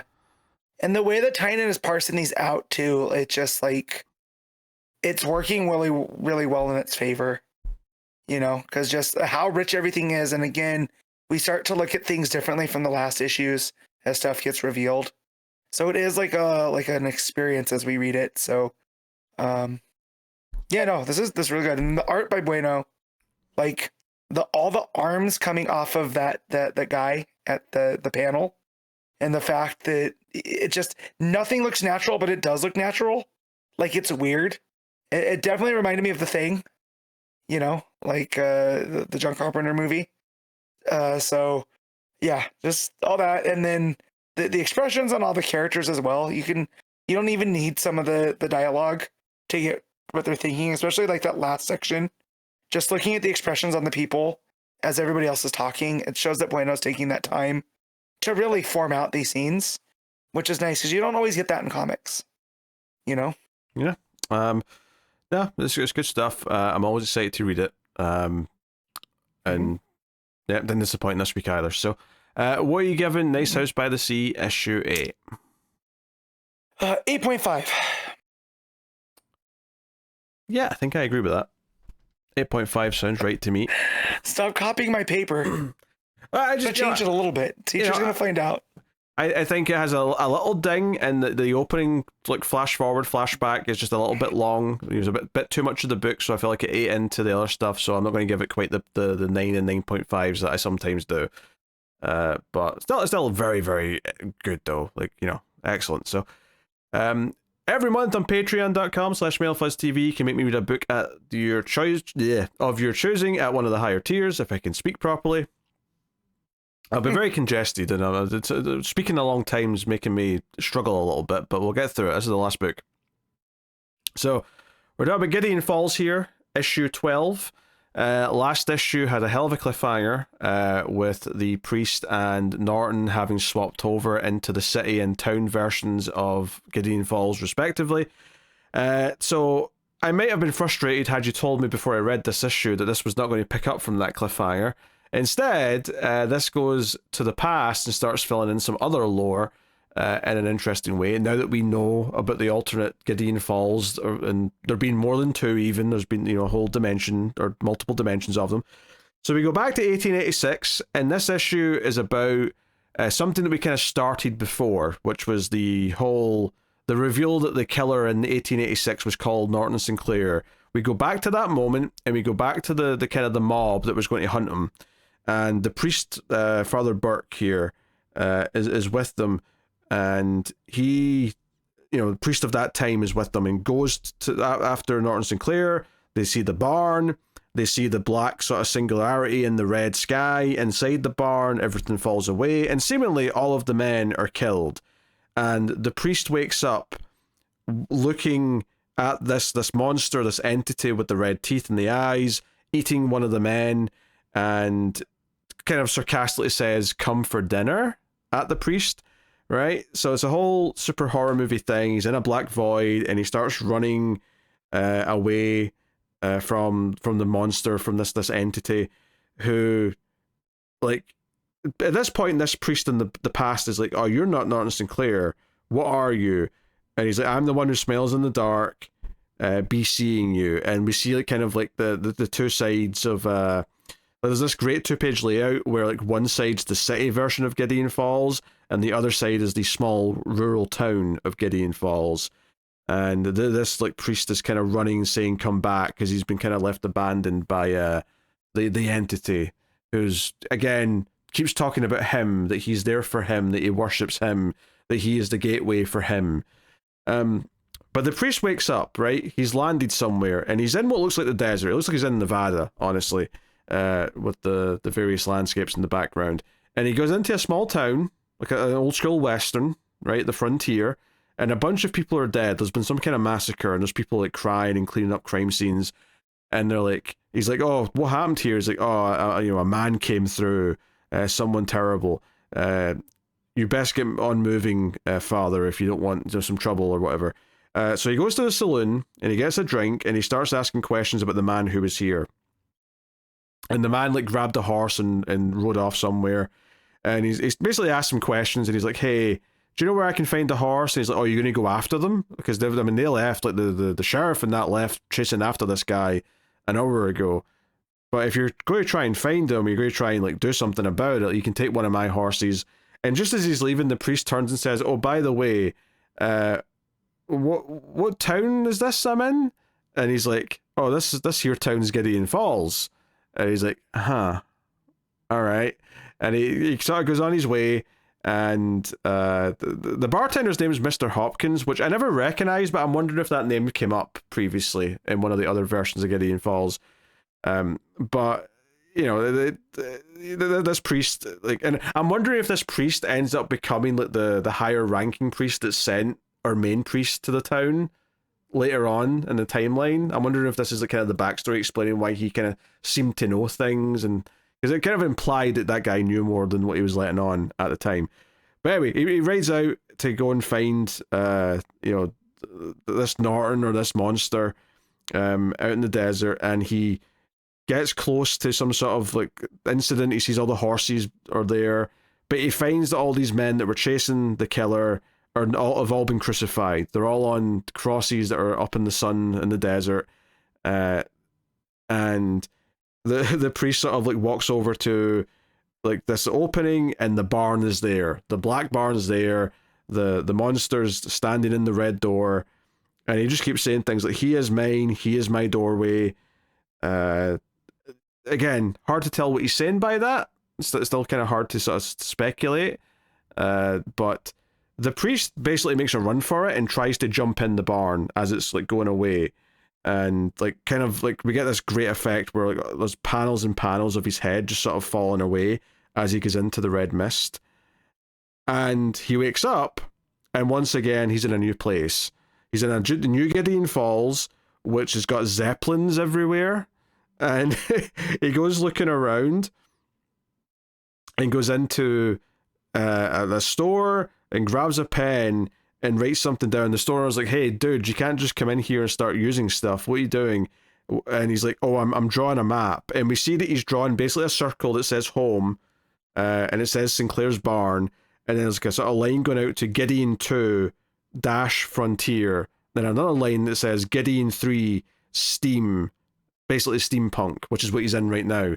So This priest from the late 1800s went into the barn and has jumped now to 2 different Gideon Falls, and presumably is going to keep chasing the monster and potentially keep jumping into new Gideon Falls and map this multiverse in some form and learn a lot, I assume. And yeah, there's magazines around that sort of confirm this is still Gideon Falls. This is the city of the future. He's like, "I'm drawing a map. I think I'm going to need it," and that's the end of the issue. So on the one hand, I'm like, damn it, you didn't follow up on the cliffhanger from last issue that was so good. But I can't deny that finding out that this character in the past discovered this multiverse aspect of the barn and started like chasing the bad guy through it and ended up in these different versions is a super cool part of the lore, which I'm assuming feeds into some of the present day stuff. Like he's why like some people know a lot of stuff about this or whatever. It feels like the lore is really starting to expand and kind of come together, and you know, because it almost did that TV show thing of like giving us like some of the same scene again at the start, and you realize, oh, this is when we first heard that Norton Sinclair was this name in the past, and then it just keeps following those characters from that point, and it leads to all this crazy stuff that just again further expands the lore. So super interesting. The art per usual is really cool, particularly when he's doing the big 2-page spreads where it's like doing the multiverse stuff and you're getting kind of a sense of either. But I like the consistency of like the priest waking up in new locations, and I'm like, okay, where am I? And the idea that he's kind of learning, like once he gets to the steampunk world, he's like, okay, I'm clearly traveling through multiple dimensions of different Gideon Falls. I'm going to start noting them all down and learn what they all are and see if I can do something to help with it. So, and maybe there is like a map. Maybe there is like, oh, you always go to this one from that one. You can't just jump from, you know, the 30th Gideon Falls back to the first. You have to like go through the doors through the various ones. So maybe the town and the city versions that we've been used to all this time are all right next to each other in the map. So that's why there's a lot of backwards and forwards from them. I don't know, just guessing, but really cool stuff, and the book's still great. So. Yeah, I mean, this was a solid. I'm going to give it an 8.5. I'll just go under the 9, just purely because it's a little frustrating not going back to that cliffhanger. But everything that's here is good stuff and is exciting development for the future. So that is Gideon Falls, issue 12 specifically. So, all right. That'll take us to the final part of the show where we pick our favorite stuff of the week, favorite panel/moment, favorite cover, favorite art, and of course, top 5 books. Matt, what is your favorite panel/moment of the week? Oh, man. I really, like, going into this week, thought it would have been something from KO just because a big epic moment, but most of that stuff annoyed me. So I'm going to do, and I think it's a 2-page spread. It's the one from Absolute Superman that is in Hawkman's brain or in his head, and it's done in the shape of him, and you follow the panels, you know, and it's when the kid-looking version of Superman comes in and frees him from the parasite's grasp. I thought that was really strong. So yeah, that's mine. Yeah, notably on that page, all of the panel sort of like gutters are all made up of the parasite tendrils that are kind of making the panels. So it's just an extra little detail. For me, I think, I like a lot of 2-page bits in Absolute Superman for sure. There's some great moments, action art moments in Arcadia. Nice House by the Sea has some great moments. I think though I'm going to go with the moment in Batman where the Joker asks Dr. Zeller to stop listening, because it's such an intriguing thing. Like, no, me and Batman have got like some private stuff that, you know, I don't want you to hear. it's just such an intriguing little moment that it got my brain going. So I'm going to pick that. For covers this week, there's some good stuff. I think both the main Batgirl cover and also the one by Kiyuyum, if I'm saying that right. It's like Cass is like high and upside down from like a train track or something.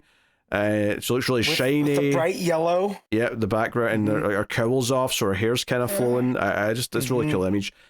That's cool. There is a KO cover that I quite like, which is the Mike Del Mundo cover with Darkseid sitting on a planet that's like kind of exploding around him. Or I say exploding, it's more cracking around him than exploding.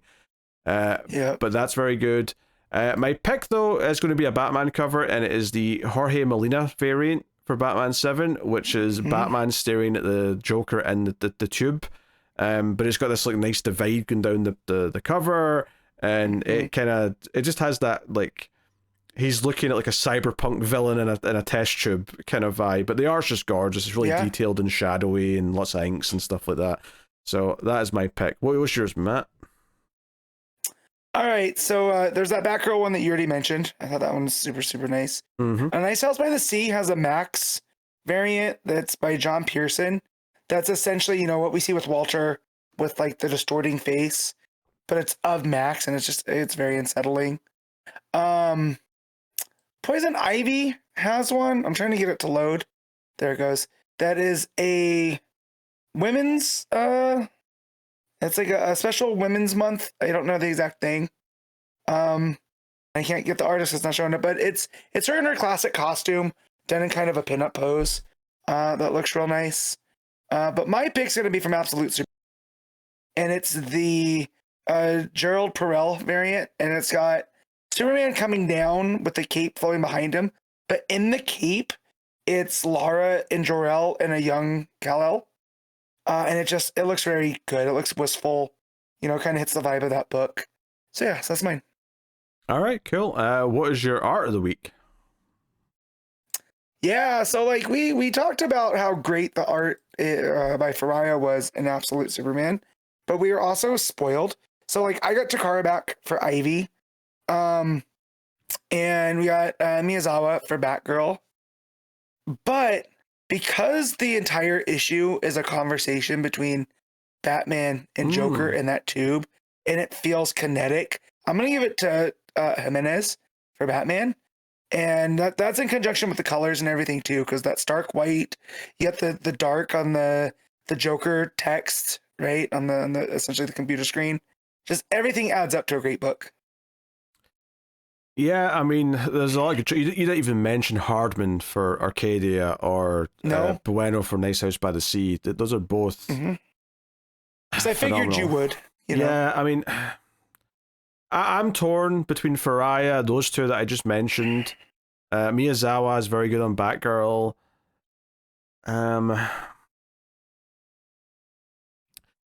I think push comes to shove, I think I'm going to pick Hardman for Arcadia, but it's very close. Like Ferreyra was very close for me. It was between those two, I think, even though there's like 4 or 5 good choices this week for sure. So spoiled for art this week, no doubt. All right, top 5 books, Matt, on you go.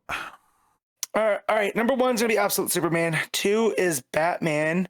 3 is Arcadia. 4 is Batgirl, and 4 is Nice House by the Sea, and 5 is let me run that back because I got caught up. 1 is Absolute Superman, 2 is Batman, 3 is Arcadia, 4 is Nice House by the Sea, and 5 is Batgirl. Nailed it. All right. I'm actually conflicted. My number 1 and 2 are either the same as you or swapped, and I'm conflicted as to what to go with. I think I'm going to. I'm going to inch it out and say Batman's number 1. I'll say Absolute Superman's number 2. Fair. Number 3, I'll go with Nice House by the Sea. 4, Arcadia issue 3, and then 5 is Batgirl. Yeah, so similar list there, just a couple things swapped. Yeah, but swap some orders. Yeah, that's about it. So I'll tell you what's coming next week from DC Comics. Next week we have Absolute Batman issue 18, Absolute Green Lantern 12, Action Comics 1096, Supergirl issue 11, which did win the Patreon vote for trying a new arc. You know, that was the options this month, as there were some new arcs starting, so I thought, we'll try another book again. You know how my completionism brain goes, and I'm gonna have to go back and read issues of Supergirl I didn't read. No one's forcing you to do that. I won't. We'll see. Yeah, no one's forcing you to do that. Okay, just check in next week. Yeah. We also have Bleeding Hearts issue 2. We have Emperor Aquaman issue 15. That's just a title change. Still just the Aquaman book. We have Green Lantern Corps issue 14. Sirens Love Hurts issue 2. Harley and Ivy Life and Crimes issue 4. DC AEW issue 2. And then a bunch of facsimiles and that sort of thing. So it's a bit of a later week, which is good. Lets us get a couple of the monthly extra things we do in as we're recording next week. But yeah, if we weren't reading Supergirl, we'd only have 4 books because we hadn't like Bleeding Hearts, so we're not doing that. But Supergirl won the vote, so that book is up to 5 at the very least. Plus, I'll do a Patreon book for sure. And it's tying into this whole Superboy Reign thing as well. It's got Boy Thunder on the cover. So we'll see how that plays out. Yep. But that is that. But otherwise, that is us. I'll remind you to make sure you go vote at some point. You've got a few weeks to do it, but keep the top 50 DC characters vote in mind, which we're doing for episode 500. And then, of course, you can support everything over at patreon.com/MailFuzzTV. Or via YouTube membership, get access to a couple of different things. The single issue reviews right now of Batgirl Year 1. Once that's done, because we're only a couple issues away from finishing that now, we'll move on to something else in that slot. But you also get to vote once a month, and that's what that Supergirl issue 1, and why we're trying that again, despite dropping it a few ago. But thank you for joining us. We do appreciate it. Keep reading DC Comics, and remember to never get lost in the Speed Force.